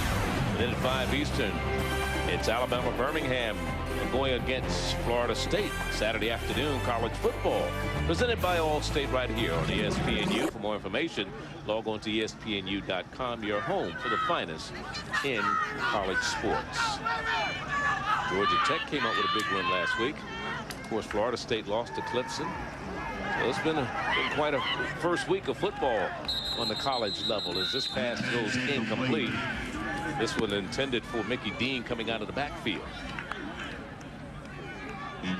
Good coverage there by Alcorn State. Just really not giving Pine-Bluff any open plays. They gave up a couple big plays against Grambling last year, and coach felt like they had people in position to make the plays, but they didn't just make the play. And the thing that he said was moving forward, they just have to have confidence, their defense does, and just have to believe that they can make the play. And when you're in a position to do it, you just have to execute. And you can see they're going to come with a lot of people in the box and really load up against the run against Pine-Bluff. And this is the first time Pine-Bluff has had the ball across midfield, and they have it complete. for a first down. Or is it a first down? Yes, it is a first down inside the 30. And it's Jason Jones on the receiving end, and he's their favorite receiver. Well, he's the only one that's consistently catching the ball. So as a quarterback, if this is the guy that's making the big plays, hey, that's who you get it to. I mean, he's a big play guy. He had over 25 yards per catch last year, and he has to stretch the defense. You have to respect his ability to go deep. So when he runs those comeback routes like that, he's going to be open because the defensive backs know that he has the speed to run by him. So a first down as they move the ball down to the 27-yard line of the Braves of Alcorn, and now they give off to the left side. Mickey Dean trying to try the left side, and Mickey Dean gets it down to about the 21-yard line. 75 keys to tackle. Gaining about 3, maybe 4 yards on the play. Keep in mind, Charlie, I mean, this Pine-Bluff team started off 1-3 last year before they reeled off a lot of victories and finally made it into that championship game. Of course, you don't want to dig yourself into that same hole every year. But, I mean, they have confidence. They know they can get on the road, but you don't want to just keep waiting and say, hey, we can do it next week. We can get it going next week. And you have to get it going right now if you want to be an elite team in the conference. They gained 6 on the last play. In fact, it is 2nd down and 4. Here's a fade pass going to Jones. Jones makes the catch, makes the adjustment on the defender, and he gets the 6 points. Deshaun Lewis was the man he beat. Chris Wallace, maybe he's going to get going. I mean, there's his big play guy from a year ago. Jason Jones on the long touchdown play. Good defense by Alcorn State, just couldn't find the football. 22-yard touchdown pass from Chris Wallace to Jason Jones, and Jones made the adjustment because the ball was thrown to the inside, and the defender, Deshaun Lewis, didn't see it for the point after. Heflin, he missed the only attempt he had last week against Mississippi Valley, but he's true this time. And finally, the Goose Eggs are off the scoreboard, 7-0. And let's watch Jason Jones go to work. Good throw and catch. I mean, this is what these guys were doing last year, but you can see the receiver always has the advantage. He always finds the football first. It's a good release. I mean, he's been going at Lewis all day long, and finally he comes up with the touchdown. But the receivers always have the advantage. They know where the football is, and the defender doesn't. Good throw and catch. I know Chris Wallace has to feel like, hey, the monkey is off my back. Finally, we get a touchdown in 2007, and hopefully that can get us going, and not only in this football game, but the rest of this football season. Well, that was a 40-yard drive. Remember, they had Alcorn backed up. They punted from their own 1-yard line. The punter standing in the end zone. They get the ball at the 40, and they take it in, and they kick the point after, and it's 7-0. Yeah, we'll see if Alcorn State can respond, because that was just a good throw and catch. I mean, that's something that Pine-Bluff had to come out and earn, and you don't want to give up any points, but those you can live with. I mean, still Alcorn State is playing tough. Their offense is playing well, defense playing well. See if they can come back and try to match that. You still have over 4 minutes left in this second quarter, and so at this point you got to step up and someone has to make a big play. And who better than that to have Nate Hughes back there returning kicks, to have that guy who can come back and get you some fire.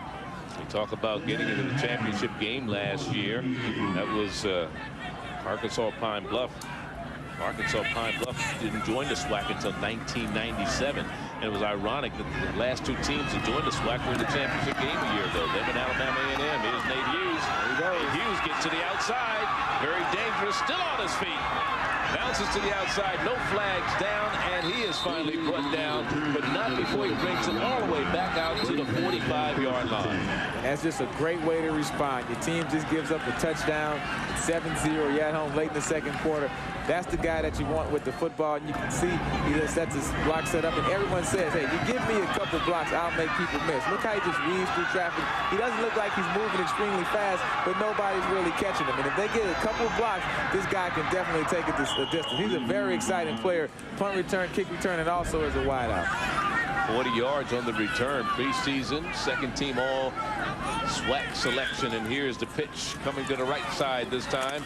And running is Cooper. And Nardos Cooper gains about 7 yards across midfield into Pine-Bluff territory. Clock running down to the 4-minute mark here in the second quarter. We only had 1 score, 1 turnover in the ball game, and Alcorn threw an interception, but Pine-Bluff wasn't able to capitalize on that turnover. Anton Williams, you saw a shot of him there. It is 2nd down. Trip receivers to the left side. Here's the pitch, deep pitch. This time it's Brumfeld, and he fumbles the ball, and let's see who comes up with it. Pine-Bluff saying they have it. The officials haven't signaled at anything yet. Now they're trying to unpile everybody. A lot goes on down there at the bottom of those piles, isn't it? Yeah, the referees better watch out. You stick a hand in it and you might lose it. They're going to say he was able to hold on to it and recover it. And it's very close to a first down. Let's see what happened. Yeah, just a toss play. I mean, he's going down here and just takes a shot right there. That's when you put your helmet right on the football. It's going to come out every time. Joshua Broomfield. And after that, it's just a free-for-all. Everyone's trying to get it out of there. And they got the first down. It was Anton Williams who put the helmet on the ball and knocked it loose. The linebacker. Big break for Alcorn State in that situation. Certainly was. Here's the quarterback back to pass. Walker lets it go. Has it complete. First down on the near side at the 30-yard line. Now the ball comes loose. And Pine-Bluff has it. The whistle did not blow, even though it looked like forward progress may have been stopped on the receiver. I believe that was Nate Hughes on the catch. And coming out with it, or was that number 4 on the catch for Alcorn Braves? That was Reese. Let's watch it once again. Oh, Maurice Rose. And Maurice Rose here, I mean, he's just trying to fight for extra yards, but I don't know. That was very close. Looked like that knee may have been down. Yeah, I think if we had instant replay, they may reverse this situation, but it doesn't matter because it is Pine-Bluff's ball. That's the second turnover for Alcorn today.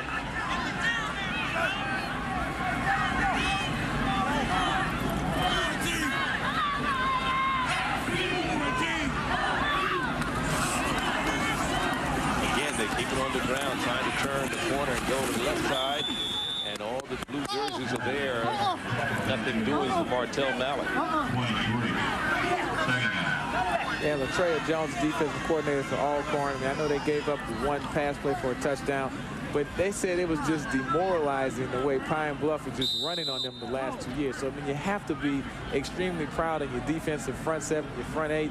For those guys, the way they're stopping the run. I mean, Martell Mallett, Mickey Dean, these guys are pretty much the class of the conference as far as running backs. And they haven't been able to do anything today. And so you have to tip your hat to the Alcorn State Braves where they're playing tonight. Loss of 1 on the last play, 2nd and 11. Wallace going to the air, stands in there, throws, has it complete. And a gain maybe of 3 or 4 on the short completion to Demetrius Beverly. Now let's see, was his knee down? Right here. Ball still in his.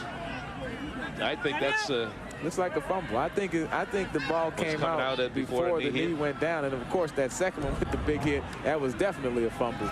So I think the referees got it right on that play.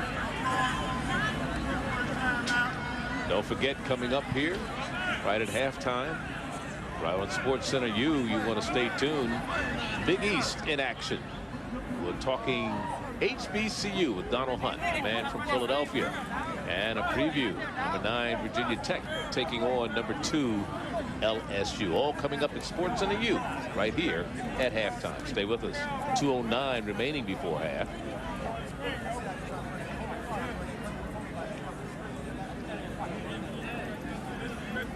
And a timeout on the field.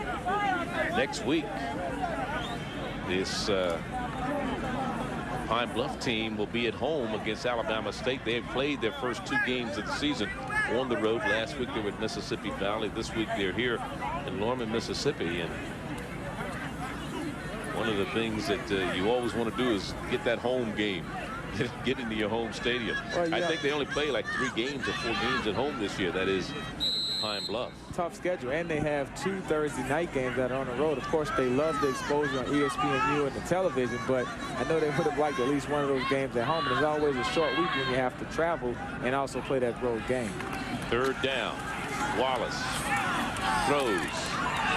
complete to Mallet, but he's run out of bounds by Lee Robinson right in front of the Pine-Bluff bench. So Robinson shadowing the back, coming out of the backfield from his linebacker position, doesn't let him get too much. It'll bring up a 4th down. That's just a great job of tackling. I mean, Pine-Bluff executed the play, but give Alcorn State credit for coming up and making the tackle. That's one of the things that they were talking about. Hey, we have to squeeze them. We have to make tackles. And tackling is an attitude. You have to want to make tackles. And tonight, the Braves want to make tackles, where before they weren't playing with that type of enthusiasm. Heflin back to punt it once again. Hughes, the deep man.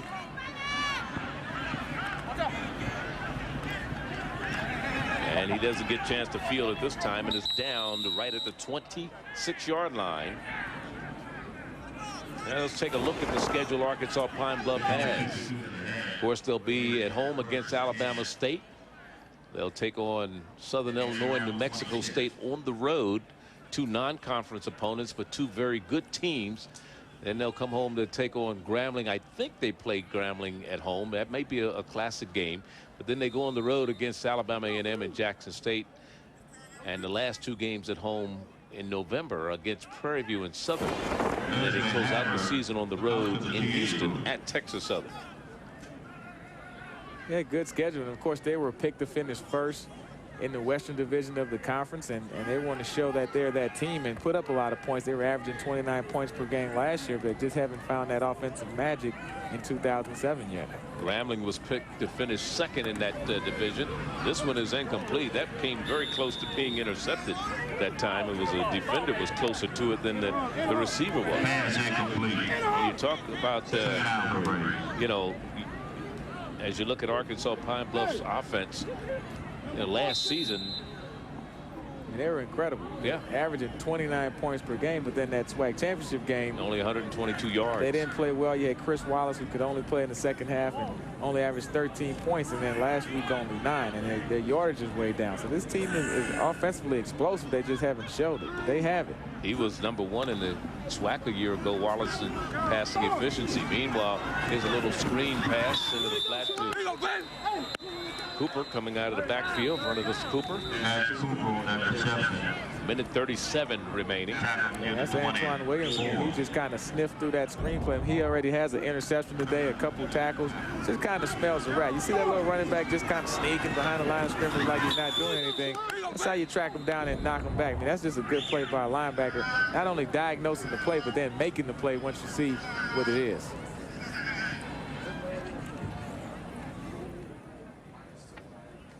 Now log on to your online source for all things college sports, ESPNU.com. This online service will be a gateway to all college sports content from ESPN. We have tons of exclusive material, including news, highlights, podcasts, live streaming games, and more. Log on to ESPNU.com today, because we are college sports.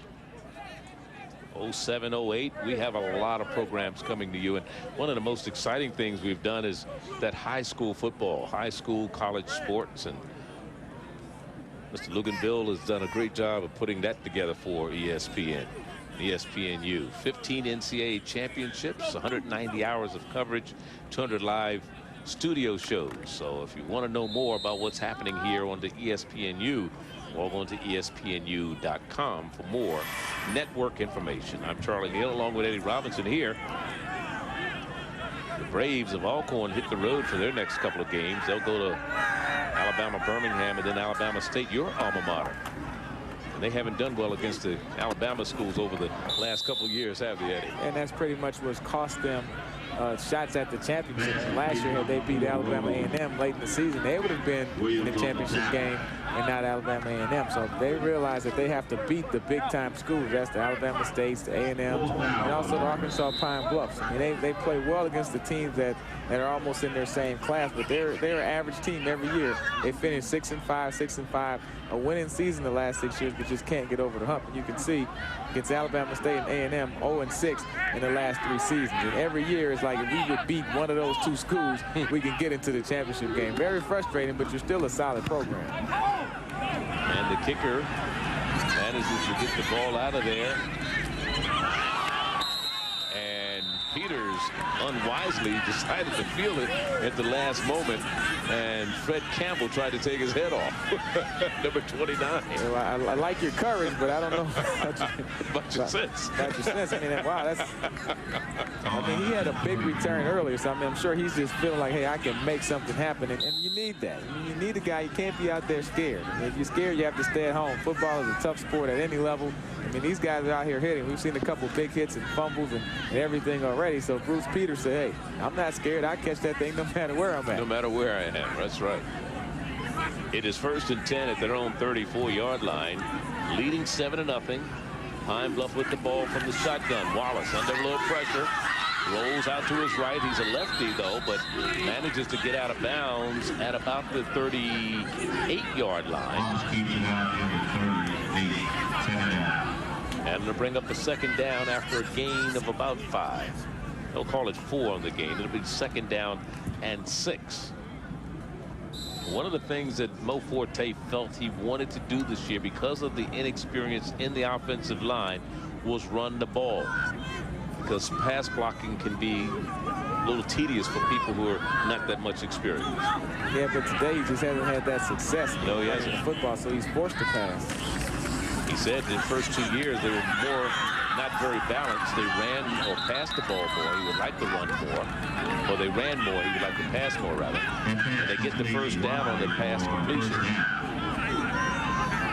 Well, I think this offense is going to be okay. I mean, it's still early in the season. They're just trying to figure out their identity. But when you don't go from 29 points a game 1 year to a big slack on.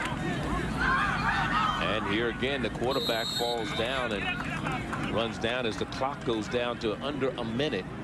Let's see if they're going to try to get at least in the field goal position to put some more points on the board before halftime. Chris Wallace again going to the air, out pattern, and it goes incomplete. It's off the hands of Ryan Watley. So the clock stops with 39 seconds to go. Deshaun Lewis has been in a dogfight all afternoon, hasn't he? I mean, for some reason, they have the X on his back. I mean, this tough kid. I mean, he's out of Harvey, Louisiana, which is not too far from New Orleans. Went to L.B. Landry High School. And I tell you, interesting fact, my dad went to L.B. Landry High School. And so, I mean, this kid comes from a good neighborhood and is a tough kid. So I think he'll be okay. But today, they're attacking him. So he has to be ready to play because he's going to get a lot more shots at him today. 3rd down. Down the middle. Wide open and incomplete. Incomplete. The receiver was wide open.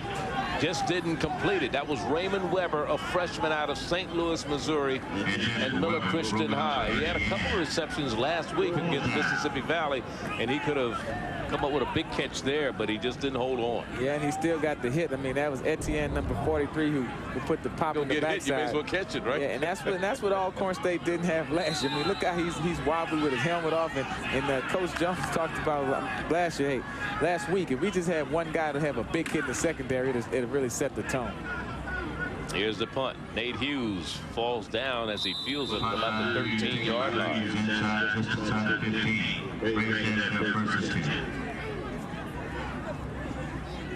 So each team has had quite a few possessions here in the first half for a score to be 7-0. Well, both punters will be getting IVs at halftime because they've been worked out. We'll see if Alcorn State decides to just take a knee and go down 7-0, if they're going to try to make something happen here and maybe toss it around a little.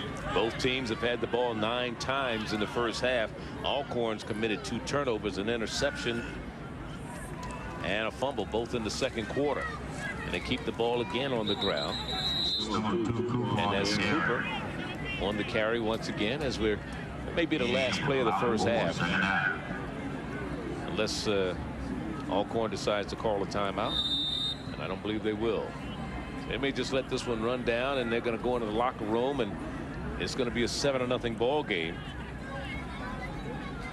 on a touchdown pass from Wallace to Jason Jones. That's the only score here, and it's halftime here at Dwight Fisher Field in Jack Spink Stadium. 7-0 Arkansas Pine-Bluff over Alcorn. Now let's head back to Lowell Galindo for Sports Center U. Then at 8, 2 Kansas high school teams battle it out. Wichita East versus Dodge City.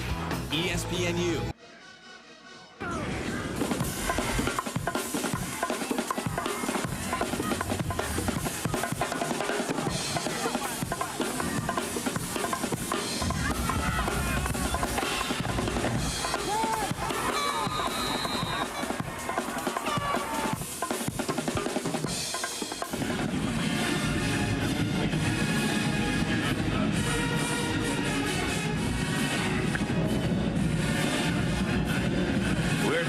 Here at Jack Spink Stadium on the campus of Alcorn State, 7-0 on Thursday night college football prime time right here on ESPNU, along with Eddie Robinson, Charlie Neal, and a defensive battle, if you want to say so.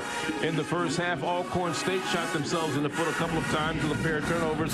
In fact, they were 0 for 6 in third down conversion, so they have a lot to work on for the second half. Yeah, I think they'll be okay. They just need to settle down. They alternating quarterbacks, but they still have Nate Hughes who can make a big play at any time. Well, let's check out some of the highlights from the first half. Like I said, some defensive struggles here and some good plays by the Arkansas Pine-Bluff team. But here was a play early on. Nate Hughes, that went for 52 yards. Yeah, they were backed up, took a shot deep. But I think here's the storyline. Chris Wallace can't get his feet settled among them.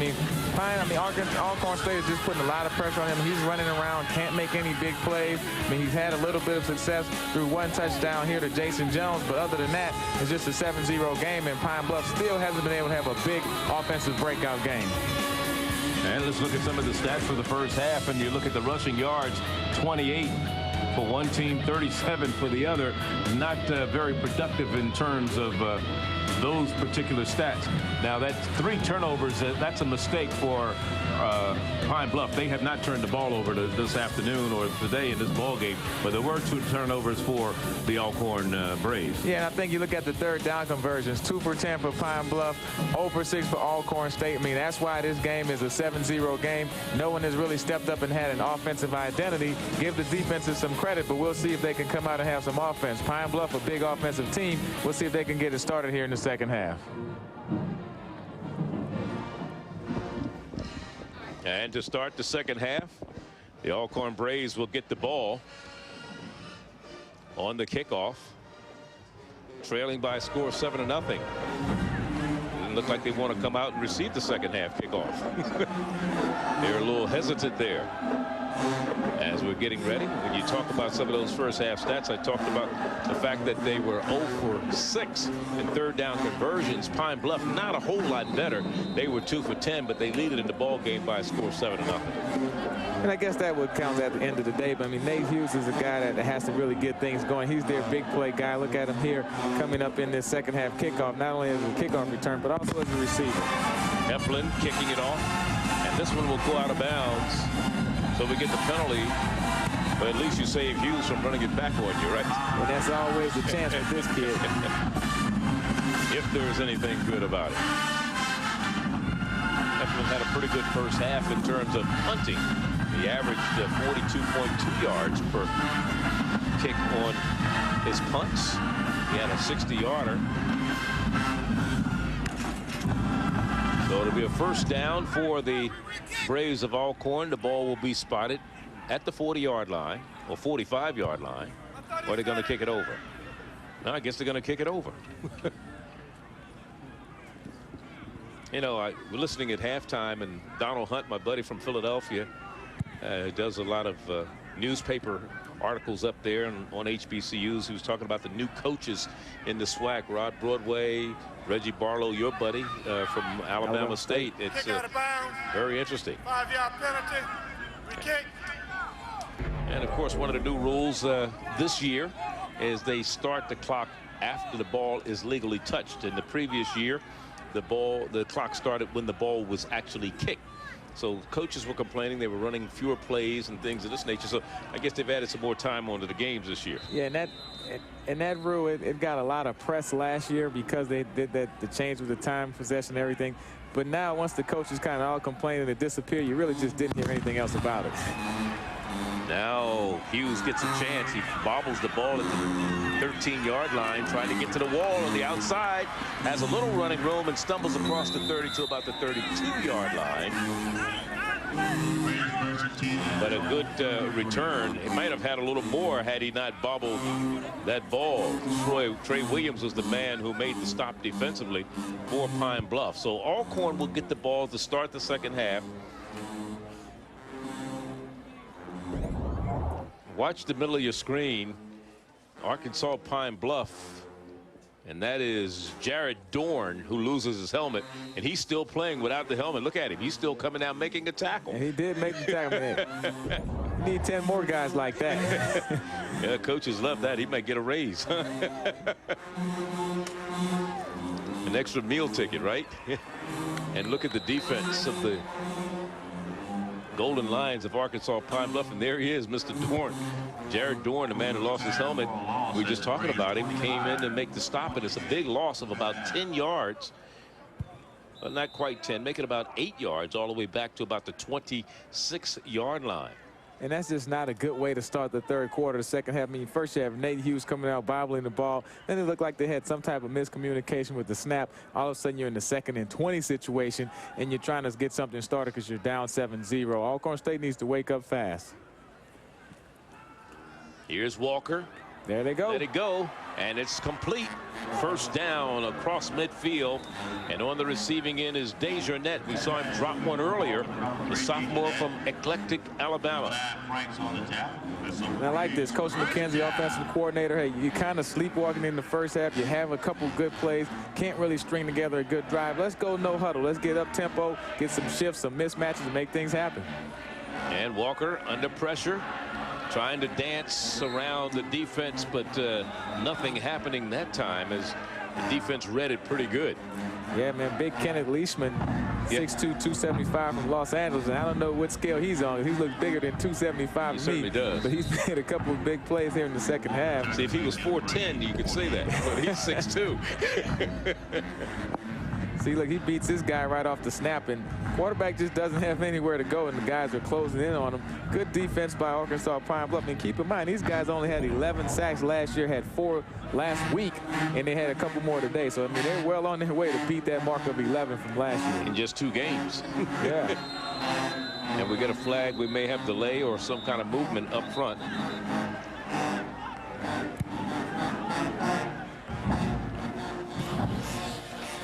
Delay of game. On the offense, 5-yard penalty, second down. It's only the 6th penalty or 7th penalty in the ball game if you want to count the second half kickoff that went out of bounds. That's the 4th penalty against Alcorn. There's been 3 against Pine-Bluff. So pretty well played game in terms of penalties. Yeah, I mean, a couple of turnovers. One of them was just a good defensive play. But both teams are playing pretty well. It's only the 2nd game, of course, so it's still early in the season. And the guys are putting together a good game.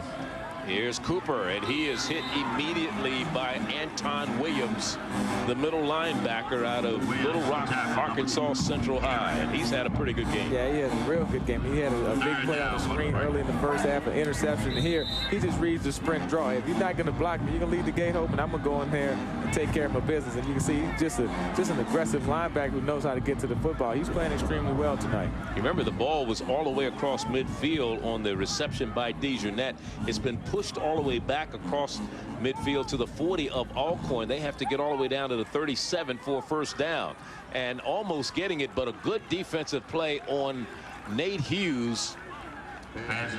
Number 4, John Keith there defending on the play, and these guys are playing good defense.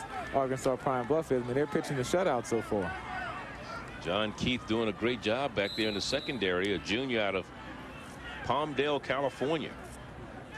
Those guys are that defensive secondary. John Keith, Stuart Franks, Manel Webster, and Hassani Houston. Those guys, they felt like were the strength of not only their team, but also their defense. And they showed tonight with that secondary.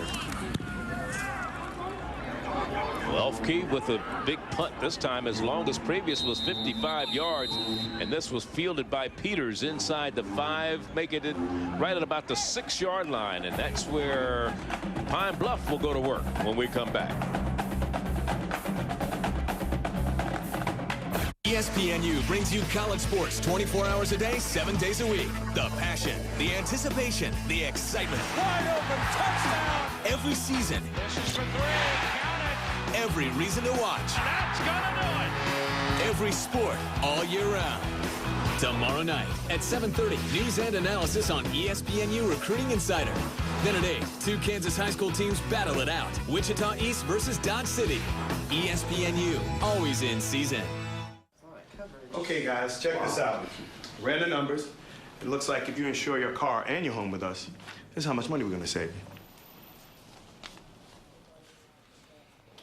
That's what I'm talking about, baby! Yeah! Oh, yeah! Oh, yeah! State Farm's got football fever.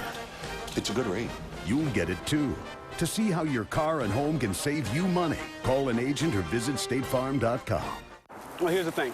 I'm a dog fan, Georgia dog fan. My brother's an Arkansas Razorback fan. Naturally, the dogs are better.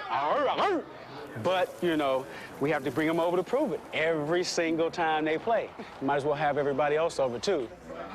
I am definitely the griller in the family. Must be good. I don't hear no talking over there. My thing is the grill. Anything grillable? See, they're clapping for me right now in the background because they know I'm talking about being a grill master. Now, Life Alert can also protect you in a fire emergency. Whether it's fire danger, a serious fall, or other type of emergency, Life Alert is there for you. Thanks to Life Alert, you can live alone without ever being alone. And that's why I wear one. All senior citizens should have Life Alert. Please call 1-800-914-6100 for free information about Life Alert, or visit us on the web at the address on your screen. 7-0 Arkansas Pine-Bluff here in the third quarter of Alcorn State. Of course, they're located in Norman, Mississippi. They're part of the Southwestern Athletic Conference, school founded in 1871, and they have over 3,500 students and over 125 years. They've educated leaders in the full range of professions. Succeeding here takes hard work, commitment, and determination, but they always give you a lot of support. And here again is Martell Mallett trying to create a little space, maybe a yard on the play, and that's all he's going to get before he's racked up defensively by Malcolm Taylor. And of course, in the combination, Martell Mallett, Mickey Dean, only 32 rushing yards in the whole first half. Of course, these guys had over 500 rushing yards the last 2 games they've played against Alcorn State. So I have to give credit to that Alcorn State defense for really stepping up and playing a very physical first half against Arkansas Pine-Bluff. We're in Norman, Mississippi for this Thursday night primetime football game at Jack Spink Stadium, along with Eddie Robinson. I'm Charlie Neal. 7-0 is the score. We talk about Jack Spink Stadium, named after a former coach here. And this stadium was completed in 1992, 15th year, named after the former great coach. In fact, Jack Spinks was the first black player from the state of Mississippi to be drafted into the NFL. He was drafted by the Pittsburgh Steelers back in 1952 and played 7 seasons. Now, the field itself that the players are playing on is called Dwight Fisher Field, named after a former coach who had a record of 65-29-6 between 1947 and 1956. On third down, try to keep it on the ground, and going to come up short of a first down and bring up a punting situation once again. This time for the Braves of Alcorn, as you see Lee Robinson, who's also played a whale of a game on the defensive side of the ball for Alcorn. Yeah, another sack by the Alcorn State Braves. Chris Wallace just can't get anything going. Pressure up front, and everywhere he goes, they're right on top of him. Alcorn State playing a good defensive game. They gave up the 1 score for 7 points, and I thought that was an earned score. This may give a chance for Nate Hughes to run one back, but it's going to bounce short. But it's going to give Alcorn great field position as the punter dropped the ball before he got it away. That was John Hefflin. Unfortunately for him, there was no pressure coming from the Alcorn defense. Well, you know what? You have to wonder, because Alcorn State, of course, they're setting up the return because they have Nate Hughes. But at some point, they may want to put on a punt block, because every time it seems like he's dropping the ball, the snap is to the left or to the right. And so, I mean, that's something that coaches look for in the press box, and that may be something they try to take advantage of the next time Pine-Bluff punts the football. Well, this will be the first time in the ball game that Alcorn has started on the Pine-Bluff side of the 50-yard line. So they're starting at the 41-yard line. They give the ball off to Cooper, trying the left side, and Cooper has nowhere to go this time. As again, John Keith, who's done a great job from the secondary spot, comes up to make the stop. Yeah, he's a strong safety, usually the extra guy that you really can't account for. And you want that guy to be a guy who's a good physical tackler who doesn't miss tackles. And you can see John Keith today, every time you turn around, he's making another tackle, usually because he's unblocked. But still, give him credit for being able to finish off the play and actually bringing the runner down. He was the third leading tackler for this Pine-Bluff team a year ago. Preseason second team all-selection. And here's the pass by Walker. And does he hold on? Yes. There's a catch by Nate Hughes. So the second big catch of the afternoon by Nate Hughes. Yeah, Nate Hughes just working the sideline, the play action fake. They pick up the blitz up the middle, take it up the sideline, gives him a lot of room to adjust and make the catch. And Nate Hughes, give him a credit for running that route up the numbers. A lot of time receivers will get too close to the sideline and then they run out of room to adjust and make the catch for the first down. Great catch by Nate Hughes, and you can tell 3 receptions already for 100 yards. Big play receiver. First down and goal at the 8-yard line. The closest the Braves have been. Cooper trying the left side. Not much doing there. Maybe back to the line of scrimmage. He may have even lost a yard on that play. Back to the 9-yard line. Patrick Sanders, one of the men there to make the stop defensively for the Golden Lions. There he is, number 55. Junior out of Little Rock. What a difference a year makes. I mean, last year they were playing fast break football. Pine-Bluff's defense couldn't stop anyone, and the offense was scoring a lot of points. Now, so far this year is just the opposite, playing good, solid defense, and now the offense is struggling. Play action to Cooper. Here's the pass out in the flat to the fullback, and he met resistance. That was Leon Ricard, the sophomore out of Fort Worth, Texas. And again, who was there? John Keith. Along with Anton Williams. Yeah, John Keith is going to be everywhere. This is just a good fullback to the flat play. Fullbacks don't really get a lot of carries, but they do get some receptions. John Keith actually did a great job of covering his tight end and then still adjusting to come back. Look here. He plays deep, covers the tight end, comes back up, and makes the play. That's good, solid football. That's taking away one thing and then coming back and making a tackle after that. Because Ricard weighs in at 260, so he's giving up about 70 pounds. That is Keith to Ricard. And like I said, he met some resistance there. It looked like, you know, you figure a 260-pound guy, when he gets that close to the goal line, he's going to barrel his way in. But Keith, and then he got some help from Anton Williams, a very active linebacker. Yeah, both of those guys having extremely good defensive ball games for Pine-Bluff tonight. We get a flag. It may have been delay of game or something. It was in the secondary. Let's see. Against Alcorn. That's all. They don't need that. Arkansas, that's their first they time waved the flag off. Of the second half. So timeout, no flag. Timeout was prior to the flag. So it was a timeout prior to the flag. They may have had bad numbers on the field. Yeah, too many people on the field. Hey, at this situation, timeout isn't a bad choice, but this is a crucial down and distance right here on 3rd down and goal. See what kind of play Alcorn State can make. Of course, they want to get into the end zone. Big feather in Pine-Bluff's hat if they can hold them to 3 points and not let them get the touchdown. Well, the thing was, Alcorn was unable to convert a 3rd down, and of course it doesn't matter here because it'll be 3rd and goal or either 4th and goal. They can't get a 1st down. And Arkansas Pine-Bluff, of course, is a school that's a state-supported land-grant institution in Pine-Bluff, Arkansas. One of the last teams to join the Southwestern Athletic Conference. In fact, they joined in 1997. They were founded in 1873 and have an enrollment of 3,200. This was founded in 1873 by an act of the legislature as a branch of the Arkansas Industrial University.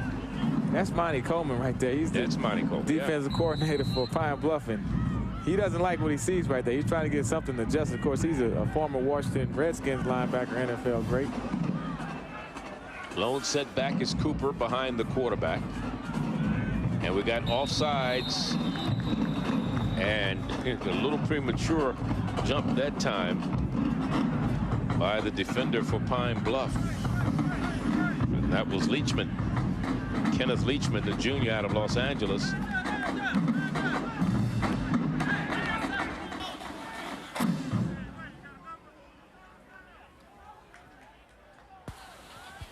Offsides. Gets the white team. 5-yard penalty. Third down. How could it be 5 yards? It's got to be half the distance to the goal line, right? Yeah, it must be half the distance.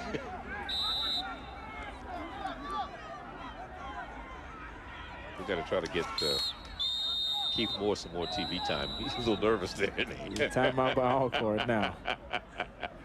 Now the Braves going to call a timeout. So the little chess game continues with 8 minutes and 1 second to go. We're in the third quarter. The Braves threaten to put some points on the board. 7-0. They trail. Take a share in the Summer House. Tuesdays at 9 on ESPNU. Saturday, it's a battle on the gridiron on ESPNU. The UAB Blazers travel to Tallahassee to take on a tough Florida State offense poised to win their home opener. Strike quickly. UAB Florida State football, Saturday at 5 on ESPNU.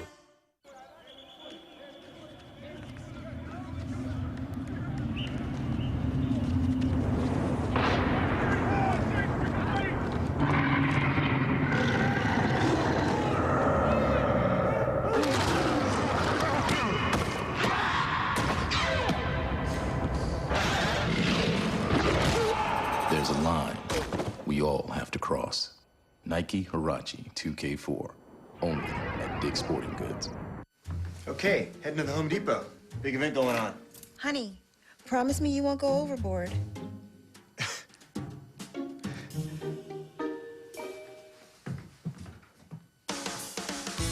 Right now at the Home Depot, save big on flooring, appliances, windows, and much more. With no payments, no interest for 12 months on purchases of $2.99 or more with your Home Depot consumer credit card. The Home Depot. You can do it. We can help. Hello? Mrs. Anderson, this is Mark Brown. I'm from the collections department of... Hi. Listen, I'm sorry I haven't made my payment yet. I'll get it in as soon as I can. Maybe you should call In Charge. They'll work with you and come up with a solution that's right for you. When life hands you a little more than you can manage, call In Charge Debt Solutions. We're a nonprofit company that puts people back in control by helping them manage their debt. We'll stop the collection calls, and we'll help lower your interest rates, so you'll have one affordable monthly payment. Call In Charge today. Mo Forte, MEAC Coach of the Year in 1986. As head coach of the Aggies of North Carolina A&T, they went 9-3 that year and went to the 1AA playoffs.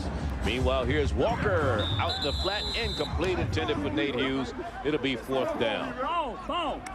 You know, we're talking about Mo Forte trying to be the first coach to win a championship in 2 different conferences, the MEAC and the SWAC, and he came very close last year before losing in the championship game to Alabama A&M.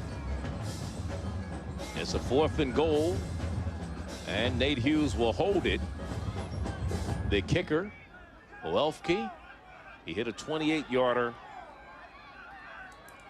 last week.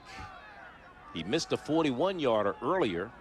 This will be a 29-yarder. This one is up. Looks like it is good.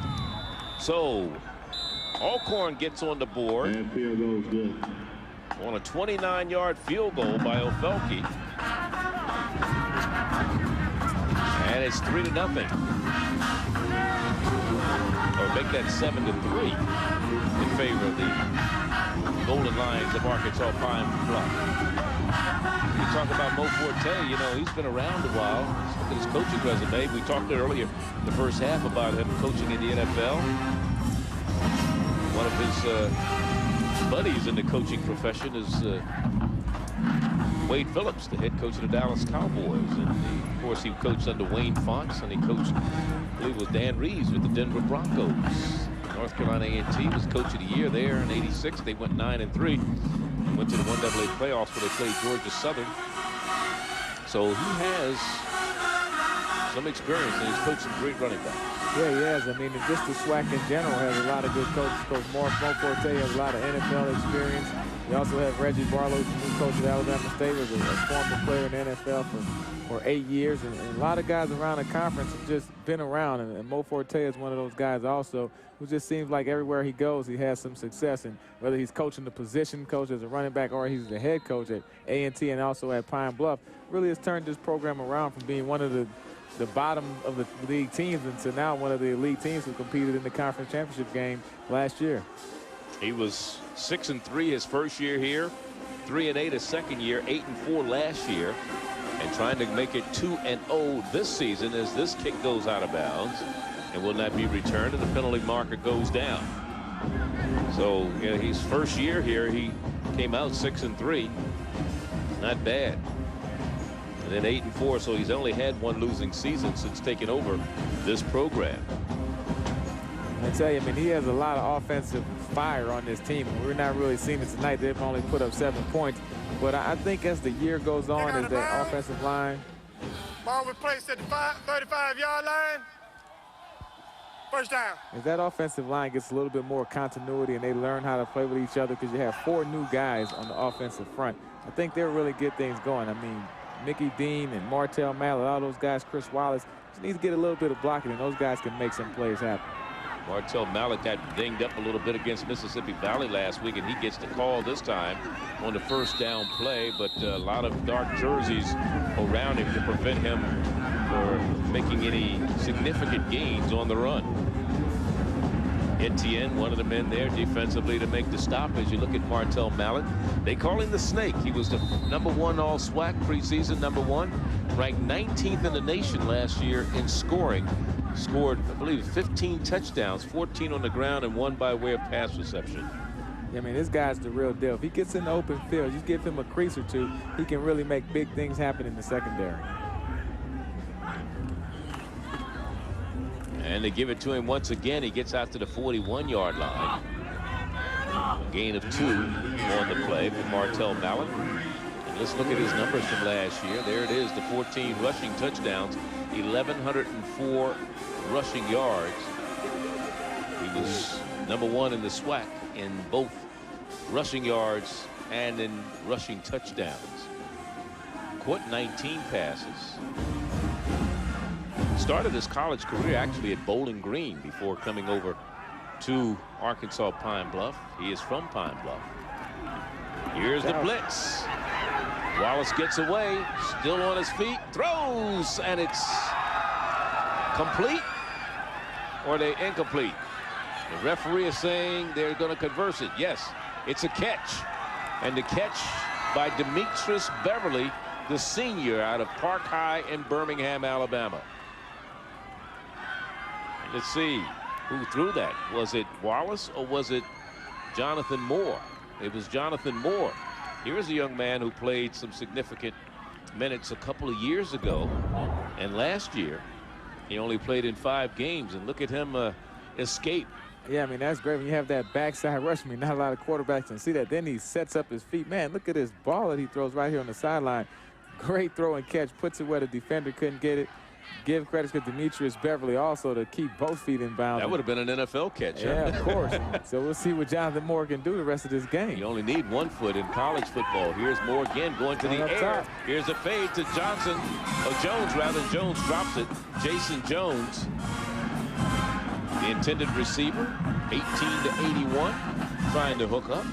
Well, I tell you what, if I'm Jonathan Moore and the coach puts me in the game, I'm going to shoot all my bullets real fast and try to make some big plays. I don't think he plans on coming out. He's making some good throws down the field, and that one also trying to go deep to Jason Jones. Hey, you remember now, Chris Wallace is a left-hander. Jonathan Jones is the right-hander. He's out of Dollaway High in Pine Bluff, Arkansas. Threw 4 touchdowns a year ago in a backup role. And he going to the air once again and sacked. In trouble. Could not get away from big number 75, Joe Keys, the senior from Collins, Mississippi. Joe Keys was there. That's his 2nd sack of the year. Yeah, that's the one thing that's been consistent is the pass rush by Alcorn State. Man, look at the big guys coming up front. He tries to get around the corner. All of a sudden, Joe Keys, man, just finishing him off. Yeah, and Big Wallace is coming up the middle. And I think he just kind of scares Jonathan Moore at first and makes him start running right into Joe Keys. It's just good team pass rush by Alcorn. There's Chris Wallace, on the sideline. So we don't know if he's injured or if he's just taking a series off. Shotgun. Throwing deep. Man is there. Can't catch it. right off the fingertips of Beverly at the 5. He was wide open. That would have been 6. Oliver Bozeman was beating the safety. And the coaching staff in the booth right next to us from Pine-Bluff, and boy, they almost tore the glass out the window, didn't they? Well, because, I mean, that's what you want. I mean, you're blitzing all day long. You let them beat the safety. Nobody's there. It's right there off his fingertips. Looked like he could have just ran through the ball a little bit more, but he couldn't make the catch. Good throw. To the Alcorn 5-yard line, and here, again, here's Nate Hughes faking everybody out. And Nate still on his feet, down the sideline, still going at the 10-5, touchdown, but a flag is down. Way back at the 9-yard line, there's a penalty marker down. Bring it back. And I think he called fair catch. Maybe that's why. Right. Oh, that tricky Nate Hughes. So we'll see what the flag is back on the 10-yard line, but I'm pretty sure he signaled the fair catch, and then once he caught it, he changed his mind and wanted to start running. It's 2 flags down.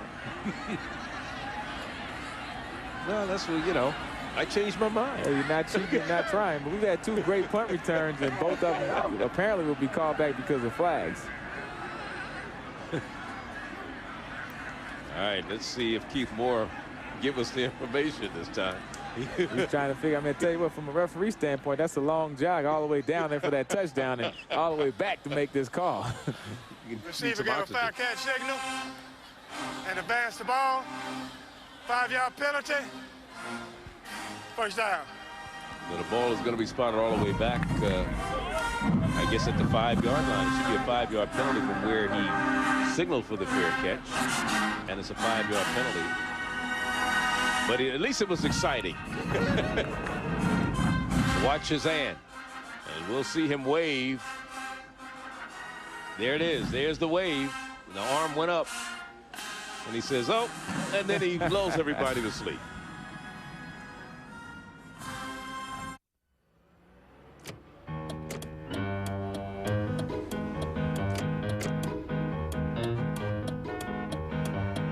Maybe your car is trying to tell you something. Maybe it's asking for the hard-working gasoline at Phillips 66. Gas specially formulated to help clean fuel injectors in 5 tanks, which helps you maximize mileage and reduce emissions. Give your car what it's asking for. Give it Phillips 66. Hard-working gas. Soccer's future legends in a quest for World Cup glory. The FIFA Under-17 World Cup. Coverage from Korea continues through September 9th on ESPNU. What are you? Marquez is back. Super featherweight champion Juan Manuel Marquez faces top contender Rocky Juarez. Big right hand for Marquez. Barrera stunned and in trouble. Now a giant left hook by Juarez. Kasim Uma versus Sergio Mora. Plus, world featherweight champion Robert Guerrero versus dangerous Martin Nazario. And Francisco Bajado versus Steve Ford. Fireworks. Marquez Juarez. Saturday, September 15th. Live on DirecTV pay-per-view. Don't miss it. Live on DirecTV pay-per-view, channel 123. Hey, Mom. Where's Dad? In the backyard. Just massage the laces and direct the traffic. Boys. Dad? Come on. With up to 14 games every Sunday on DirecTV's NFL Sunday Ticket, I can watch every game and every player. Matty here is like family now. Always wanted a lefty. You gotta be kidding me. Look, Maddie loves you. Hey, Maddie? Bring your favorite players home no matter where you live with NFL Sunday Ticket, only on DirecTV. ESPNU College Football, presented by Buffalo Wild Wings and by Dick's Sporting Goods. Every season starts at Dick's. First down and 10, Alcorn Braves here in the 3rd quarter with 5:13 to go. And trailing 7-3, and back to pass is Walker looking down the sideline. This one is intercepted and being run back this time.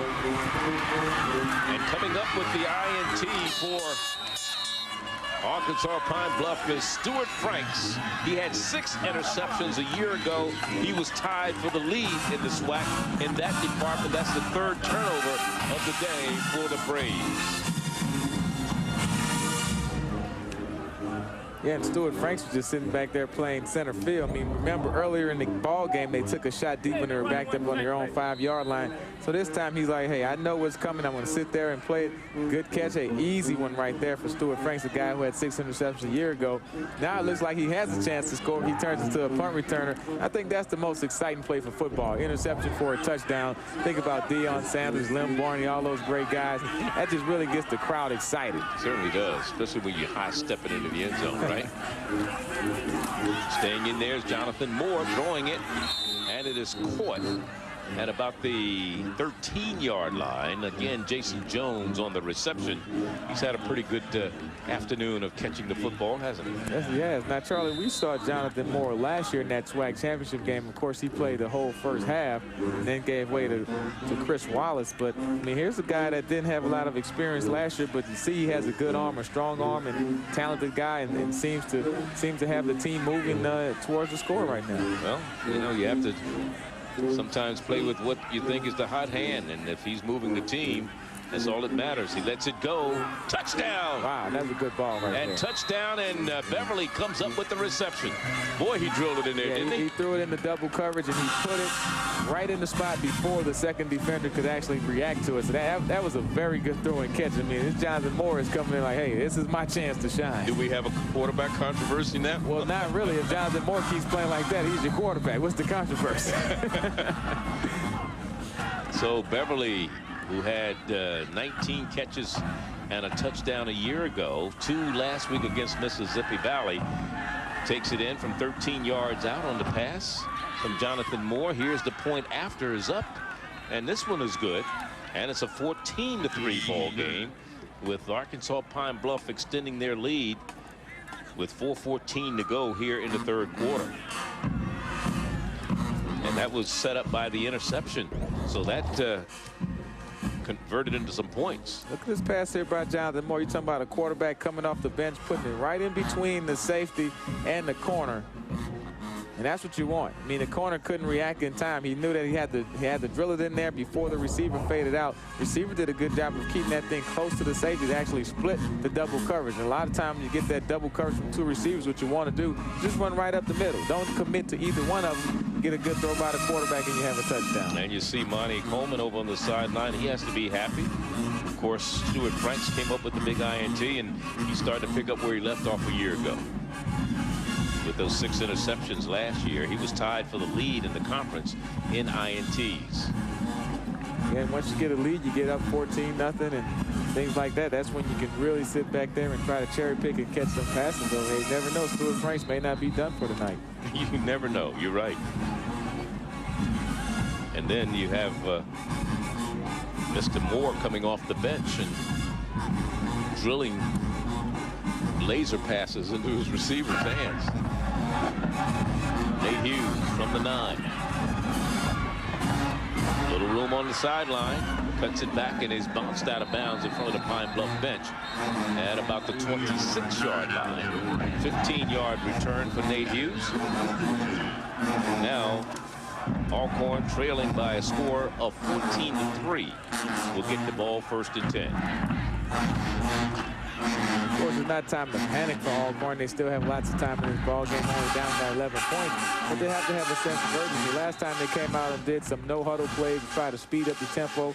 We'll see if they try to get back to that in this situation now. Pine-Bluff band enjoying themselves after the 3-hour ride from Pine-Bluff, Arkansas. I think they went to class today, Charlie. They just came. Yeah, I think they did a little half a day, you know. Cooper off the left side, and Cooper finally brought down by John Sibley, the junior out of Greenville, Mississippi, number 91, and to stop defensively. It is 2nd down after the gain of 3. 2nd down and 7. This Alcorn team will be on the road against UAB, Alabama Birmingham, and then they'll be on the road the following week at Alabama State in Montgomery, your alma mater, before they come home. It is 2nd down. Walker back to pass, throws, and this one goes incomplete.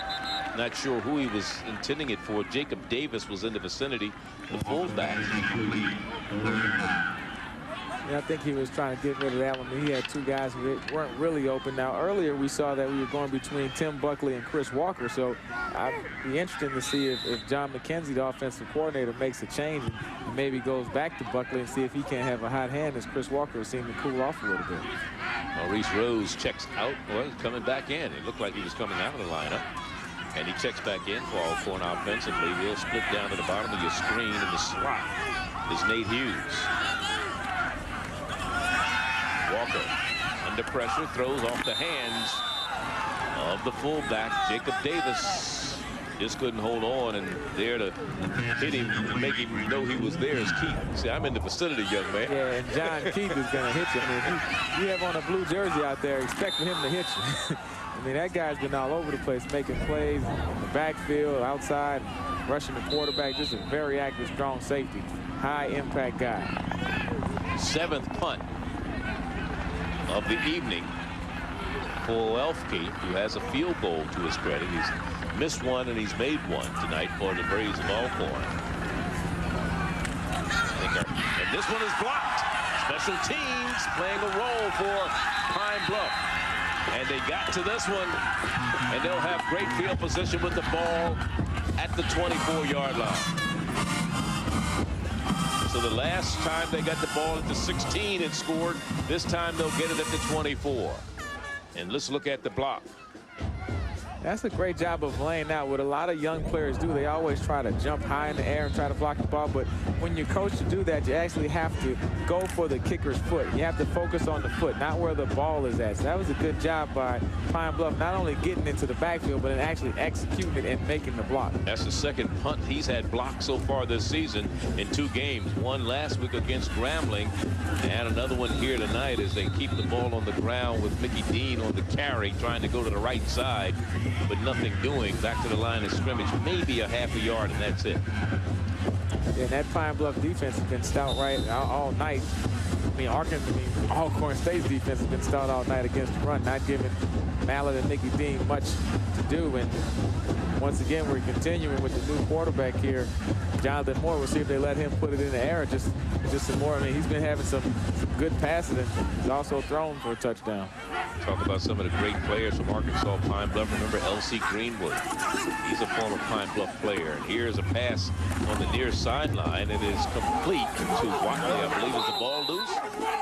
Yes, it is. And it's Alcorn coming up with the fumble recovery. First turnover of the night by Pine-Bluff. And it was Watley on the reception, but he was hit, spun around, and he lost the football. Just when you think that Pine-Bluff is ready to take total control of this football game, the Alcorn State Braves come up and make a play here. And there's the move. He's in the air. The ball is out. Good job of gang tackling. And one guy holds him up, and the next guy comes and makes the hit, and the ball is on the ground. So the first turnover by Pine-Bluff. Let's see if Alcorn can take advantage of it. They're keeping it on the ground with the student body right. Let's look at the fumble once again. Here's the catch by Watley, Ryan Watley, Jr. out of Pine-Bluff. Yeah, and Deshaun Lewis just kind of strings him up, and then after that, you have Ricardo Hill comes with the big hit. And that's what you have to have is gang tackle. I thought it was out pretty clear. Well, where? See, when did it come out? When did it come out? I thought it came out at the end. I mean, it did come out at the end. I thought when he hit him, he got the ball, the helmet, and everything else. We got the helmet, but I'm not sure the ball was out. But anyway, it doesn't matter. Alcorn has the ball. New quarterback, Tim Buckley, back in there. And you was mentioning that on the last series. Let's see if John McKenzie was going to do the alternating quarterback situation as he did early in the contest. And, of course, we know that Pine-Bluff has made a change at quarterback. But Buckley did start the ball game. And then we saw them alternating back and forth just about on every series. So right now, Buckley is the man of the hour. Third down, though, facing the Braves of Alcorn. Third and short, though, 3rd and 1 at the 27. Minute 15 to go, third quarter.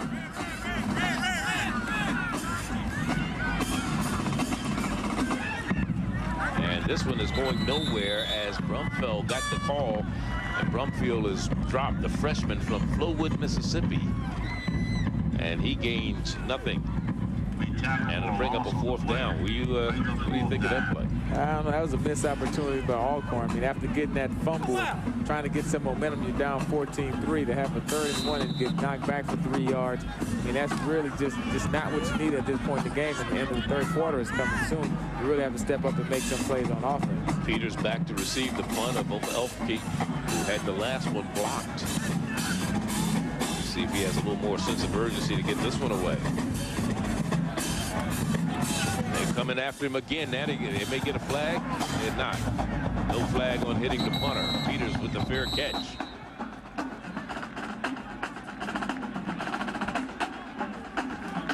So Elfke gets off a good punt. No return. See the future stars of football today as ESPNU delivers the Old Spice High School Showcase. And Friday, it's Wichita East taking on Dodge City in a State of Kansas showdown. It's the Old Spice High School Showcase. It's presented by the United States Marine Corps and it comes your way Friday at 8 p.m. Eastern right here on ESPNU. And for more information, log on to ESPNU.com. Along with Eddie Robinson, I'm Charlie Neal. Here in Lorman, Mississippi, on the banks of the Mississippi, Arkansas Pine-Bluff trailing 14-3 with 18 seconds left in the 3rd quarter at their own 33-yard line. They have the ball. Arkansas Pine-Bluff is leading in the ball game. Alcorn trailing, and the quarterback is sacked. That should be the last play of the first half. 97 Osuano, 58 Tom. Brings up 2nd half. There's big number 97 limping off there for the Braves of Alcorn. Swallow. Chapwoma. And that's going to be the end of 3. Good defense all the way around. But Pine-Bluff puts up some points here in the 2nd half. And they lead it by 11. We'll be back.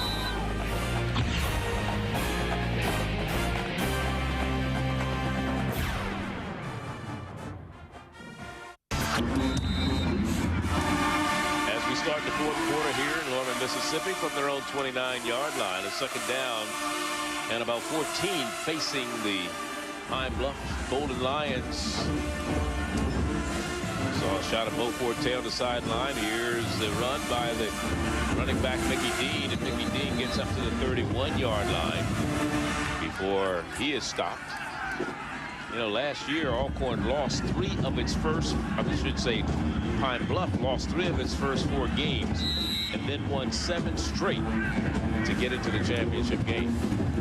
Yeah, I mean, they were on an extremely good roll last year. They were definitely the hot team going into that championship game, but they just couldn't play a good game. They probably played their worst offensive game all year in the championship game. And they started that off last week, not playing very well offensively against Mississippi Valley. Now they're trying to come out of that funk, and with a backup quarterback, Jonathan Moore, they seem like they're making some progress. 3rd and 12. Here's some pressure coming on the quarterback, who fumbles the ball and was fortunate to be able to pick it up. So they'll punt it away from their own 25-yard line. On the other side, Alcorn lost its first 3 games last season. They finally didn't win until their 4th game when they beat Morehouse. And they kind of battled back, and at the end of the year, they had a couple real big victories, and they still finished, you know, once again with another winning record at 6-5. So a punting situation once again for John Heflin. Low snap, he gets it up. Nate Hughes, let's see if he's going to fair catch it this time. No, he hits the ball, and I think Pine-Bluff may have it.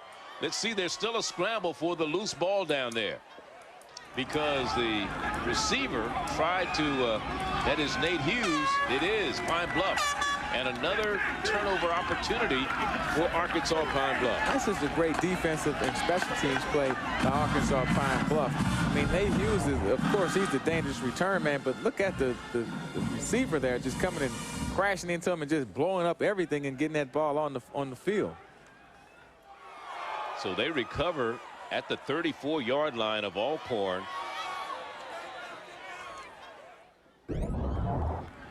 And they get the ball 1st down and 10 in great field position. Good special teams play.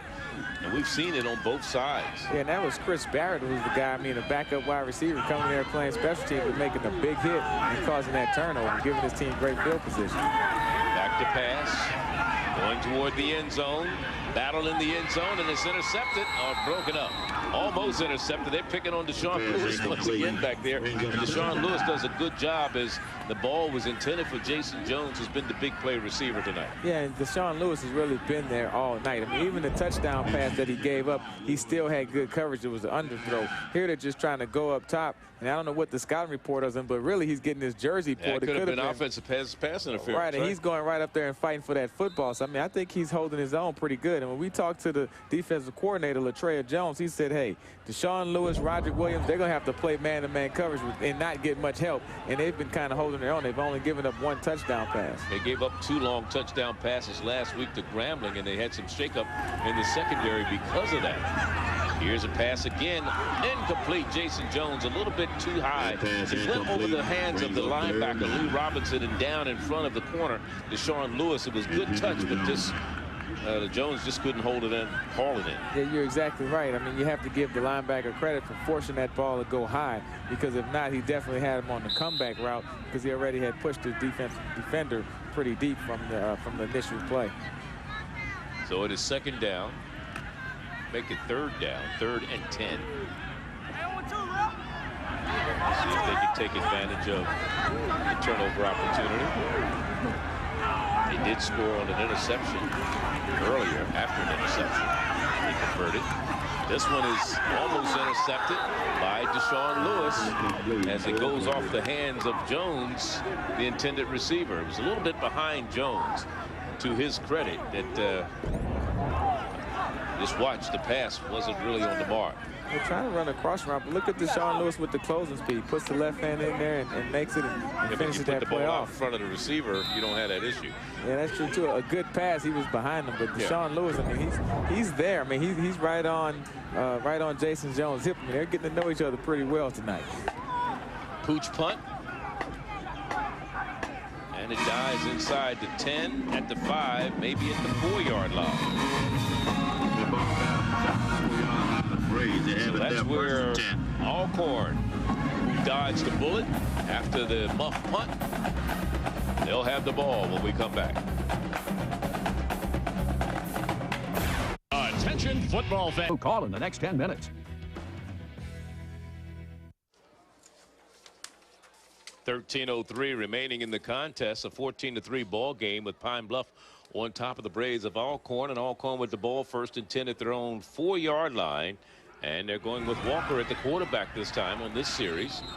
Handing off, and he goes to the left side, but Alcorn, it's a wonder they're only down 11 points, but all the miscues that they've had, drop passes, block punts, muffs on punt returns, in fact a couple of interceptions and a fumble, and they've had 4 turnovers in the ball game along with that block punt, and they're only down 11 points. That's good. 4 turnovers and a block punt. If you only created 1 turnover, so you're -3 in the turnover category, to be down by 11 early in the 4th quarter, hey, you still have a chance to win the football game. That's all that matters. And the handoff this time comes to Cooper, and Cooper is out to about the 7- or 8-yard line.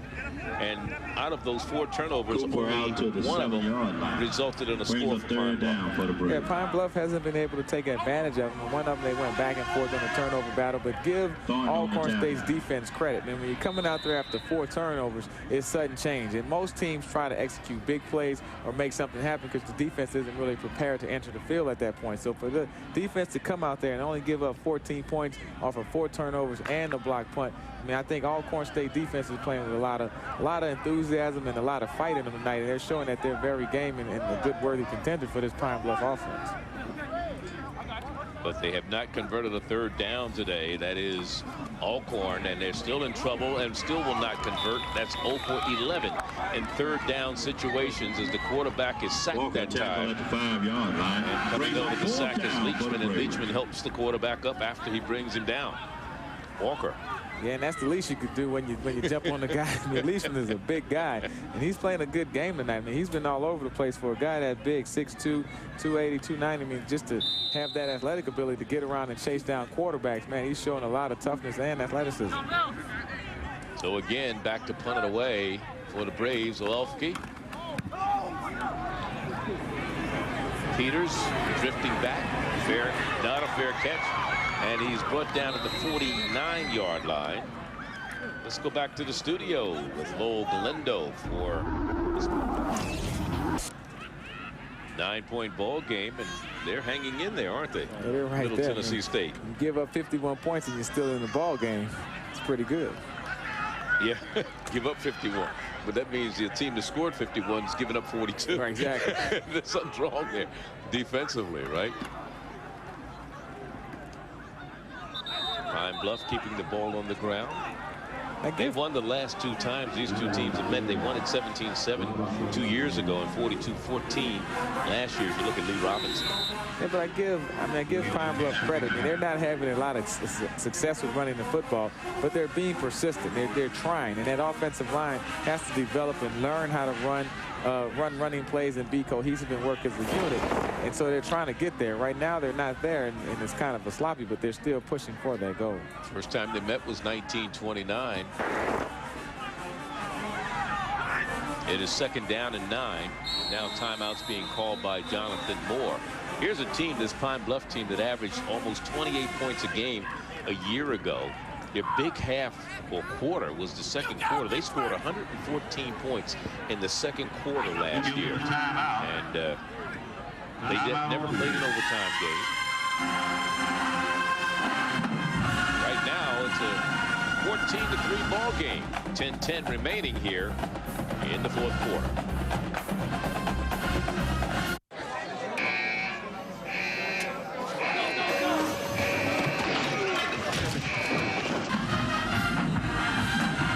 Along with Eddie Robinson, I'm Charlie Neal here with 10:09 remaining here in the 4th quarter. Arkansas Pine-Bluff with the ball and leading 14-3.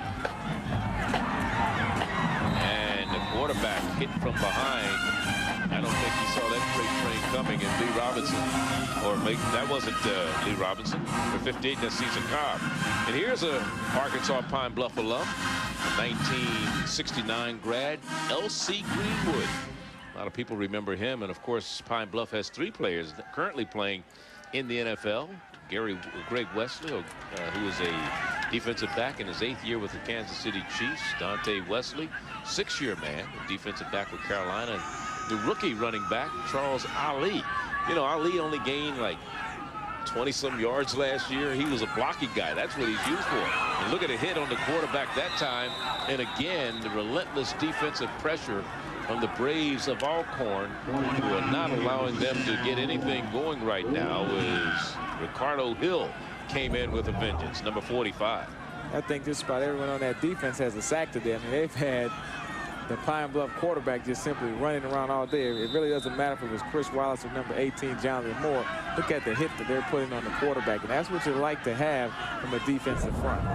Remember, this drive started at the 49 of Alcorn, and they're kicking from their own 35, and now a fair catch being called for and made by Nate Hughes right at about the 24-yard line. A little under 9 minutes left in the football game, so of course Alcorn State has to get a big play, maybe from a guy like Nate Hughes or someone, but they have to get something going and get it done real fast. College football continues on Saturday on ESPNU. A couple of games at 1:30 Eastern. Sanford Nation. Log on to ESPNU.com. Your home for the finest in college sports. 1st and 10. Braves.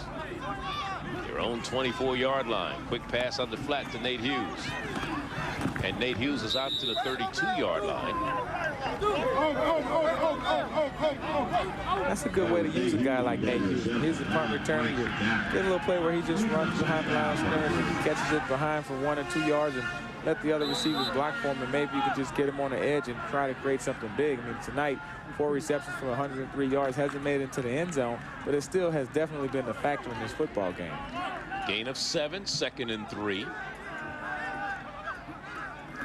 Ricard, the fullback up man, blocking, but nothing doing that time as they hand off to the running back. Cooper has found them going very tough tonight from the running back position.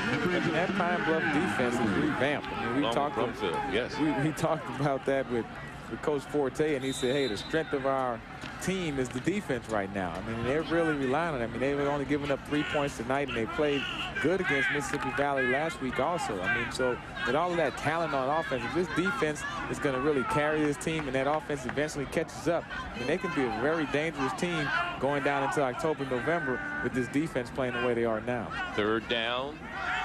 They have yet to convert a third down today.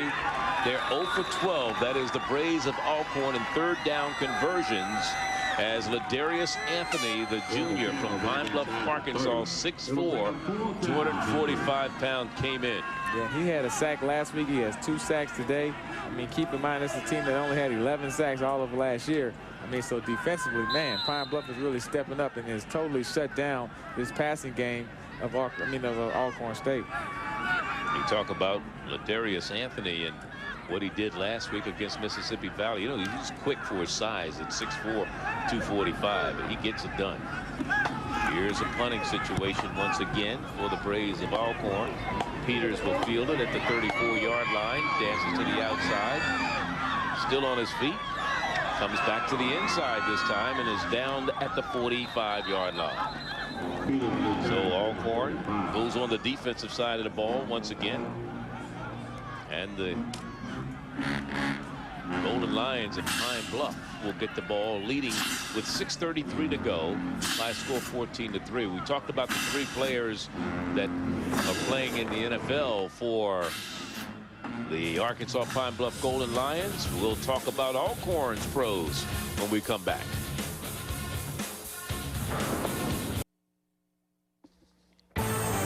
ESPNU College Football is presented by Buffalo Wild Wings. You have to be here. Back here with 6:33 to go in the fourth quarter, and Arkansas Pine-Bluff leading 14-3. They have the ball first down and 10 at their own 46-yard line. Only scoring in the ball game touchdown-wise, as they keep the ball on the ground and gain yardage across midfield by Martell Mallett. Martell loses his helmet. Wallace a 21-yard pass to Jones, and Moore a 13-yard pass to Beverly. As you look at Alcorn's first-round picks, that's accounted for the scoring for Pine-Bluff. And there you see Steve McNair, John Thierry went to the Bears, and Ronell Young back in 1980. Donald Driver was a 7th-round pick of the Packers in '99. They have 3 players currently playing in the NFL. That is Alcorn. Lewis Green, a 4th-year man for Denver, linebacker. We just spoke of Donald Driver, 9th-year man with Green Bay, and Steve McNair. We talked to him in the first half from the Baltimore Ravens, as Mallett is very close to the first down and may have it. And he lost his helmet on the second straight play. Well, he better strap that thing up a little tighter, because those Alcorn State Braves are still hitting. There's still some time left in this football game. Lee Robinson, they're talking to each other. and Mallett is a downhill runner. This guy is tough. I mean, I really like the front 8 guys that Alcorn State has put on the field. I mean, they're bringing the wood today to the Pine-Bluff offensive linemen. They haven't been able to do a whole lot from the running game. I mean, Mallett is a tough guy. This guy was over 1,000 yards and 14 rushing touchdowns last year. So he's the real deal, but he's been held in check.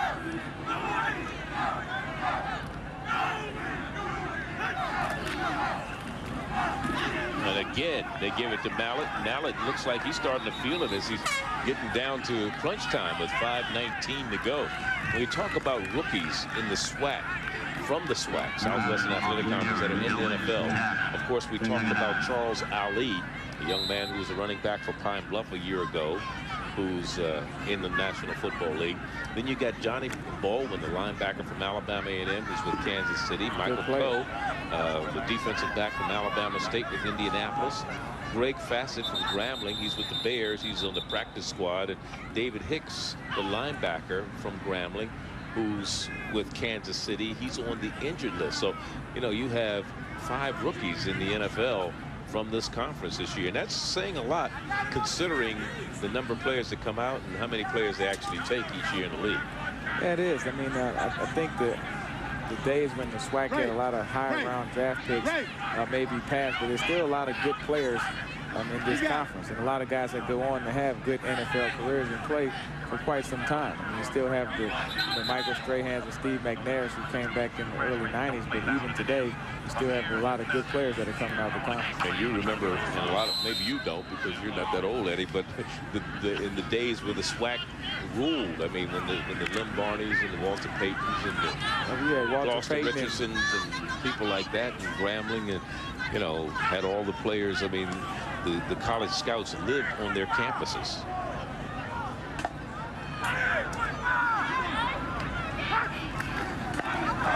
And here again, keeping it on the ground, Martell Mallett.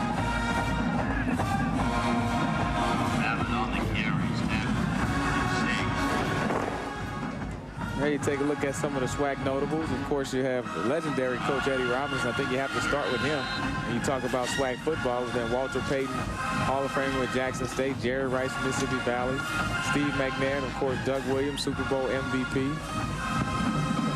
Steve McNair, I mean, he just had a terrific college career. We talked about his stats earlier. Over 14,000 passing yards.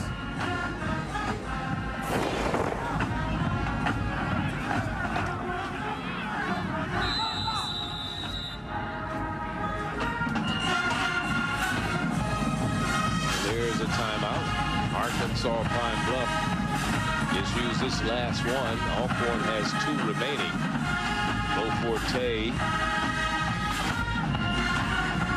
Forte is thinking, let's just run this clock out and get this bus cranked up back to Little Rock.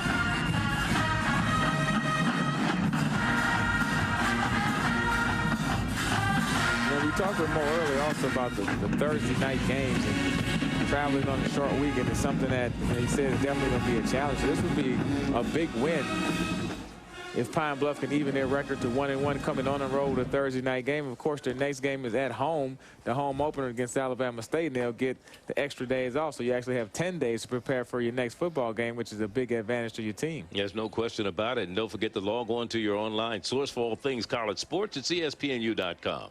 It's the online service that will be a gateway to all college sports content from ESPN. Tons of exclusive material, including news, highlights, podcasts, live streaming, games, and more. Don't forget to log on to ESPNU.com today, because we are college sports. And of course, next Thursday we will see another SWAC contest, Eddie. We'll be down in Jackson, Mississippi, about 90 miles from here, and we'll get a chance to see the Jackson State Tigers take on the Tigers from Texas Southern in Houston. Yeah, Texas Southern is a much improved team from where they were last year. They lost their opener to Prairie View, but I tell you, they put up over 300 yards passing and just couldn't get into the end zone. So that should be a great football game next Thursday night. Of course, is that in Jackson, Mississippi, with all of the history and legendary players you have that attended Jackson State, is always a great place to watch a football game. You know, we were talking earlier about Marino Cassim. He coached against some great players, great coaches. Eddie Robinson, of course, W.C. Gordon, Houston Markham, Pete Richardson. I mean, there's some great coaches in this conference. And there's a catch on the sideline, and coming up with it is Watley. Remember, he fumbled one earlier after he got hit, and he comes up with a big catch, goes out of bounds inside the 15-yard line. Will it be first down and 10? That was a big third down play for the Golden Lions. Yeah, it was. I mean, in this situation, of course, you're just trying to run the clock out, so I'm sure they're going to go back to the ground with Martell Mallett and Mickey Dean. But just good as far as completing the third down play and getting your offense in sync. I mean, this is a high-powered offense. I mean, they're not just a run-of-the-mill, you know, run a couple plays and score some points. But they're used to averaging 29 and 30 points a game. So they're not where they want to be. So they're still in that confidence-building stage that we can move the football and score. 3:45 the time remaining. Again, Martell Mallett straight up the gut, and Martell Mallett inside the 10-yard line. But when you look at what has happened and transpired for Alcorn in the last 2 weeks, they only picked up 10 points last week against Mississippi Valley. Only 3 points this afternoon if they don't score anymore. That's 13 points in 2 weeks. That's not a good sign for what is supposedly a high-powered offense. No, it's not, because you do have some big players on this team, especially Nate Hughes is the main guy, and you have a couple of good quarterbacks. But at the same time, when you go 0 for 12 on third down conversions, you're really not giving yourself a chance to sustain drives and complete drives and try to score points on the scoreboard. And again, is Martell Mallett trying to get to the outside, has a block from the fullback at the 5, and there's a flag we may have holding. Getting a block from Delvin Nixon, who is the fullback. Unless we got face mask, I don't know. Yeah, they're calling holding. I didn't really see it on the fullback, did you? It must have been a lineman somewhere in there that held. Because I saw Nixon out in front of him. If they call 40's number, we'll have to review this one. Holding. Number 40. They got him. That's who they called. 10-yard penalty. Second down. That's who they called it on. Well, I saw him out in front blocking, but I missed the hole. Let's see if we can see it. And there's 40 out in front. Looked like the defender had him. Yeah, it's like a good block, but gets the hand inside. I mean, you want to. I think what he saw is probably the stretch of that 56 on the back. Whenever you stretch that jersey, that's the one that the referees are usually going to call on. Second down. This time they keep it with Mickey Dean. Mickey Dean carrying people all the way down to about the 7-yard line. That'll bring up a third down. Yeah, that's Mallett still in there. Yeah, they're sticking with Mallett. Mallett. I'm sorry. And I mean, I really like the way this guy runs. I mean, he's 6 feet 220, but he has the speed to get onto the corner. 14 touchdowns last year, and he's the type of guy you want there to finish off a football game. You can see he's a one-cut downhill, a little bit of shiftiness, but he's a physical runner. Doesn't shy away from contact. He's the second back in the eye, and again, Nixon is the up back, the full back, the blocking back, and we get a whistle.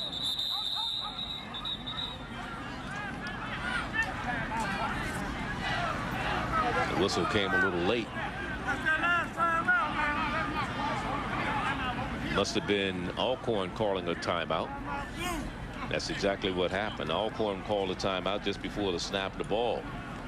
Of course, Alcorn, last time they won a SWAC championship was 1994.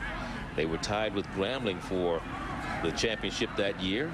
The last outright championship was 1992, and they've won 8 total SWAC championships over the years, and Marino Casa was responsible for a number of them. And of course, we talked about Arkansas Pine-Bluff being in the championship game last year, and they were in the championship game against Alabama A&M. Arkansas Pine-Bluff scored first with a 44-yard touchdown pass from Jonathan Moore to Jason Jones, who those two have hooked up tonight so far. Alabama A&M's Tamar Scott, though, came back and scored on a 14-yard run for his first of his 2 touchdowns for the day. And the final score was 22-13. Alabama A&M beats Arkansas Pine-Bluff in the championship, and that's the final standings from a year ago. 7-2 in the conference, 8-4 overall was what Arkansas Pine-Bluff was able to do. And Alabama A&M, and of course, Alcorn was right there knocking on the door. They lost again to an Alabama school. That's Alabama A&M, and they either lose to Alabama A&M or Alabama State, and there's somebody who hurts them all the time. Yeah, and in that Eastern Division, and it's definitely the toughest division in the conference, in my opinion. And it's a lot of parity. You saw all of those schools were sitting there at 5-4 in the conference, and Alabama A&M had the one mark at 6-3. And that's what happens to Alcorn State every year. They have winning seasons at 6-5, but if they would have beat Alabama A&M, they would have been that team playing in that SWAC championship game. No question about it. We're coming up with a third down and short. Third and about 2. Jones is the man in motion. Again, Mallett. Mallett drives forward, has the first down at the 5-yard line. And talking about that championship game once again, Pine-Bluff was held to just 122 yards, and they gave up 346. Mallett was held to just 25 yards in that game. And they played both quarterbacks. Jonathan Wallace threw a touchdown pass, but he also threw two interceptions. Jonathan Moore threw a touchdown pass. And they won the regular season meeting between the two schools. That is, Pine-Bluff beat Alabama A&M 23-21, but when it counted the most, but it also helped them get to the championship game, right? But the preseason, the predictions are that it would be Arkansas, Pine-Bluff, and Alabama A&M in that championship game once again. And I think Pine-Bluff is still a class of this conference. Martell Mallett, he's going to walk in untouched by human hands from 5 yards out. And they increased the lead to 20-3. So Martell Mallett, he was the workhorse in that last drive, taking it all the way down the field, a 55-yard drive. And they take it into the end zone. Mallett with the 5-yard run. on a 1st and goal. And it was kind of fitting because he kind of marched him down the field. Yeah, but he really earned that touchdown. I mean, he got it 3 yards at a time. There wasn't any big runs on that drive, and Alcorn State played extremely hard throughout that whole drive. 1:39 to go. The extra point is up, and it is good. And it's 21-3 in favor of the young men from Pine-Bluff. So the ride home, the 3-hour bus ride for Mo Forte and his crew will be a little easier, and of course that short week he can't complain about any weekend anymore, can he? At all. Yeah. I'm seeing the fans are starting to leave. I mean, we're in Norman, Mississippi, and I don't foresee a traffic jam leaving out of the stadium, Charlie, but you know, I guess you never know. It's only one little road. It's watch the touchdown once again. Yeah, good blocking up front. I mean, Martell Mallett finally finds the crease. Man, that Alcorn State defense is extremely tired. But I think this is a situation where the Pine Bluff offensive line is just starting to gel finally. They get a good 10-15 play drive with running plays, and they're starting to learn how to work with each other, all 5 as a unit, and that's really going to benefit Martell Mallett, Mickey Dean, and whoever's at quarterback, whether it's Chris Wallace or Jonathan Moore, because those big guys up front, they have to be able to play if all of those skill guys are going to look good on the weekends. Well, you know, we talk about Mississippi Valley dropped their season opener a week ago by 7 points to Mississippi Valley, 16-9. In fact, they outgained Mississippi Valley in total yards, 224 to 183, and held them to just 30 yards rushing. But they weren't consistent on the offensive side of the ball, which they struggled a little bit with today, but they did it when it counted. Yeah, they're working through it. Well, here comes the dancer. Nate Hughes. Nate Hughes danced his way out to about the 25-26 yard line. But I tell you, Charlie, I don't think Alcorn State has anything to be embarrassed about tonight, especially their defense. I mean, those guys, they wanted to come out and play a good physical brand of defense, and they did. I mean, they really shut down Martell Mallett and Mickey Dean today, and they didn't give up a lot of big runs in the pass and plays in the passing game. But when you have 4 turnovers and the block punt, I mean, defensively, it's hard to sit up here and hold a team to no scores when you have all of those type of adversities when you're coming onto the football field. 2 touchdown passes by 2 different quarterbacks tonight for the Golden Lions of Pine Bluff, plus a 5-yard run by Mallett. That's accounted for the scoring for Pine Bluff. Welfke with a 29-yard field goal has accounted for the only scoring for the Alcorn Braves tonight. Yeah, and Alcorn, I mean, they got down to the 5-yard line and settled for the field goal at the time, but they just haven't been able to get that big spark. They get a big play here, and then they can't do anything else with the drive. And I think the telling story for Alcorn is, of course, the 0 for 12 on 3rd downs. If you can't convert in 3rd down situations, then you can't win football games. That's just the bottom line. What do you think is the reason they've had that problem converting? Well, I think some of it is 1st and 2nd down. You have to get into 3rd and manageable situations where it's 3rd and 3, 3rd and 4, and then try to convert from there. But, I mean, they just have to get a little bit more continuity in the passing game, and they'll just keep working at it. Well, now instead of 2nd and 10, it's going to be 2nd and 15 with the delay of game penalty against Alcorn. Of course, Alcorn, again, as I said, will be on the road next week. The next 2 weeks, they go to Alabama, Birmingham, and then they go to Alabama State. So they've lost their first 2 games of this season, both here at Jack Spink Stadium. They lost to Grambling a week ago, and they lose to Pine Bluff tonight, barring some unforeseen miracle. They trail by 18 right now with 1:23 to go. And the quarterback is in trouble and loses more yards all the way back to the 10-yard line. That was a 2nd and 15, and they lose more yards all the way back to the 10. In order to get to the 1st down marker, they're going to have to get out to the 36, 37-yard line. Thomas and yeah, that's just another play by Ladarius Anthony. These guys are just kind of racking up the stat sheet right now, just making real big plays. And Pine Bluff defense is definitely the strength of this team right now, and they've played a very good game tonight, making it very hard on Alcorn.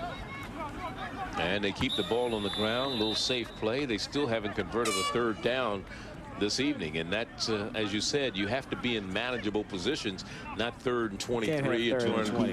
Yeah. And they have certain times when either because of penalty or because of bad execution of early plays where they've been in 3rd and extremely long situations, and that just can't work. You can't get in those type of situations. Then when they've gotten to the 3rd and 2s and the 3rd and 3s, I mean, Pine-Bluff has just made some really good plays, and even in those situations, they haven't been able to convert on third downs. And they're going to punt it away. Here's Peters trying to get to it. He's going to let it bounce this time. And it'll be down at the 41-yard line with 3 seconds to go. One play left in this contest between Arkansas Pine-Bluff and Alcorn. Just to recap the scoring for you. None in the first half. Pine-Bluff finally got on the board.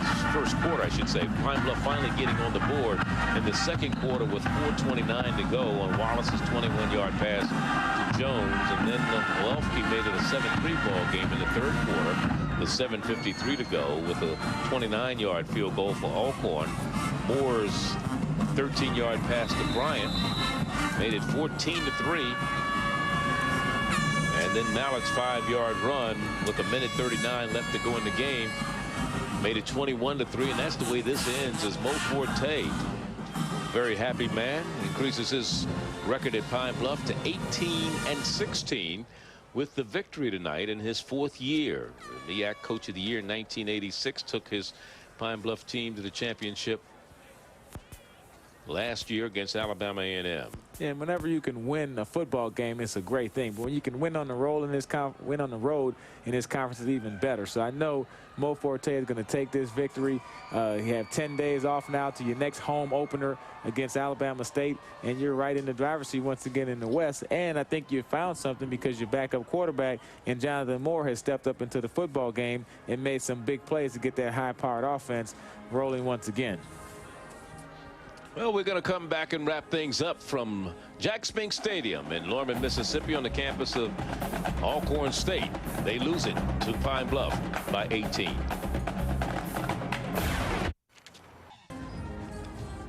Final score from Norman, Mississippi. Arkansas Pine-Bluff evens their record at 1-1 with a 21-3 victory. And standing by on the sideline, Mo Forte in his 4th year. A very good win for you, Coach. I'm sure you're pleased with it. Yeah, I certainly am. You know, all wins are good wins, and I thought we took a step in getting better this week. Well, last year, you know, we didn't really talk about it too much during the ball game, but you spent the whole season, for the most part, up in the press box coaching. This year, you've come back down to the sideline. I think you were kind of rethinking it after last week against Mississippi Valley, but you're on the sideline today, and you come out victorious. And talk about the fact of the transition and what you like better, being up in the press box or down on the sideline. Well, I definitely like being on the sideline better than in the press box because there's more action down there, and I think that I have more of a connection with our football team down on the sideline. In the press box, it was due to a necessity that I was up there, but you know, a lot of people told me I need to stay up there since we won last year. Talk a little bit about tonight's ball game. Started out a little slow, had some issues there, and then took advantage of some situations and came out victorious. Well, I tell you what, our defense played great again for the second week in a row, and we were able to get somewhat of a running game going and to control a little bit more of the line of scrimmage than we were able to do last week. But I just felt that our defense played well. We got some good play out of you know, our offensive line. We're a little bit more consistent this week than we were last week. And, you know, I thought that Jonathan Moore came in and did a good job in the second half of throwing the ball. And certainly Martell Malik did a good job of running. Well, Coach, we know you have 2 great running backs, but now it seems like you have 2 great quarterbacks. I mean, where do you go next week, Chris Wallace or Jonathan Moore? Well, you know, I don't know. We'll address that sometime this week, but I like to go back with a quarterback that I ended up with. So, you know, that was Jonathan, but we'll see what happens during the course of the week. So was that a total coach's decision, that change, or was it anything that you felt that Chris wasn't doing? Well, I just felt that, you know, we needed to get something going. And you know, I knew that we were having still problems with the offensive line, but just wanted to see if we could shake things up a little bit and get a little bit more production, and we were able to do that. Well, you threw the ball. I mean, I looked at the way Jonathan threw the ball in there. It was like lasers. Yeah, I'll tell you what, he's got a very strong arm. And, you know, he does a good job. He just needs some more experience, and he's going to be an outstanding quarterback. When you're looking at the stats, I know you haven't had a chance to go over them yet, Coach, but, you know, you outgained them only by 28 yards, and it seemed like with the score wouldn't indicate that you beat them up and down the field. But one thing you have to be concerned with, and both teams did not a good job of this, and that was third down conversions. You were 4 of 16. They were 0 of 13. Right. We both struggled, I think, but, you know, it was because of our defense that we were able to you know, come out on top here. We were provided a lot of opportunities in the special teams and with the defense, and we weren't able to convert. So, you know, we've got to make sure that we get back to work next week on the running game and get better than we were this week. We were a little bit better this week than we were last week. So, you know, that's always our goal, to be better next week than we were the week before. And you got a little break before your next game, and you'll be at home against Alabama State, and I'm sure you'll be glad to get home. Well, I'll tell you what, you know, we deserve a break. You know, we only had like 2.5 days to prepare for this game. And, you know, we were able to do that. We had to play base football, but it's going to be a needed rest. All right. Congratulations to you, Mo, for the victory today. Again, our final score, 21-3. Arkansas Pine-Bluff evens their record for the season at 1-1 with the victory over the Braves of Alcorn State, I should say. And be sure to tune in next Thursday as ESPNU Primetime College Football brings you Texas Southern and Jackson State. Eddie Robinson and I will be there on Memorial Stadium in Jackson, Mississippi, live at 7:30 p.m. Eastern. This has been a presentation of ESPNU. For more, log on to your home for the finest in college sports, ESPNU.com. For Eddie Robinson, I'm Charlie Neal. Now let's head back to the studio and join Lowell Galindo for Sports Spinner U.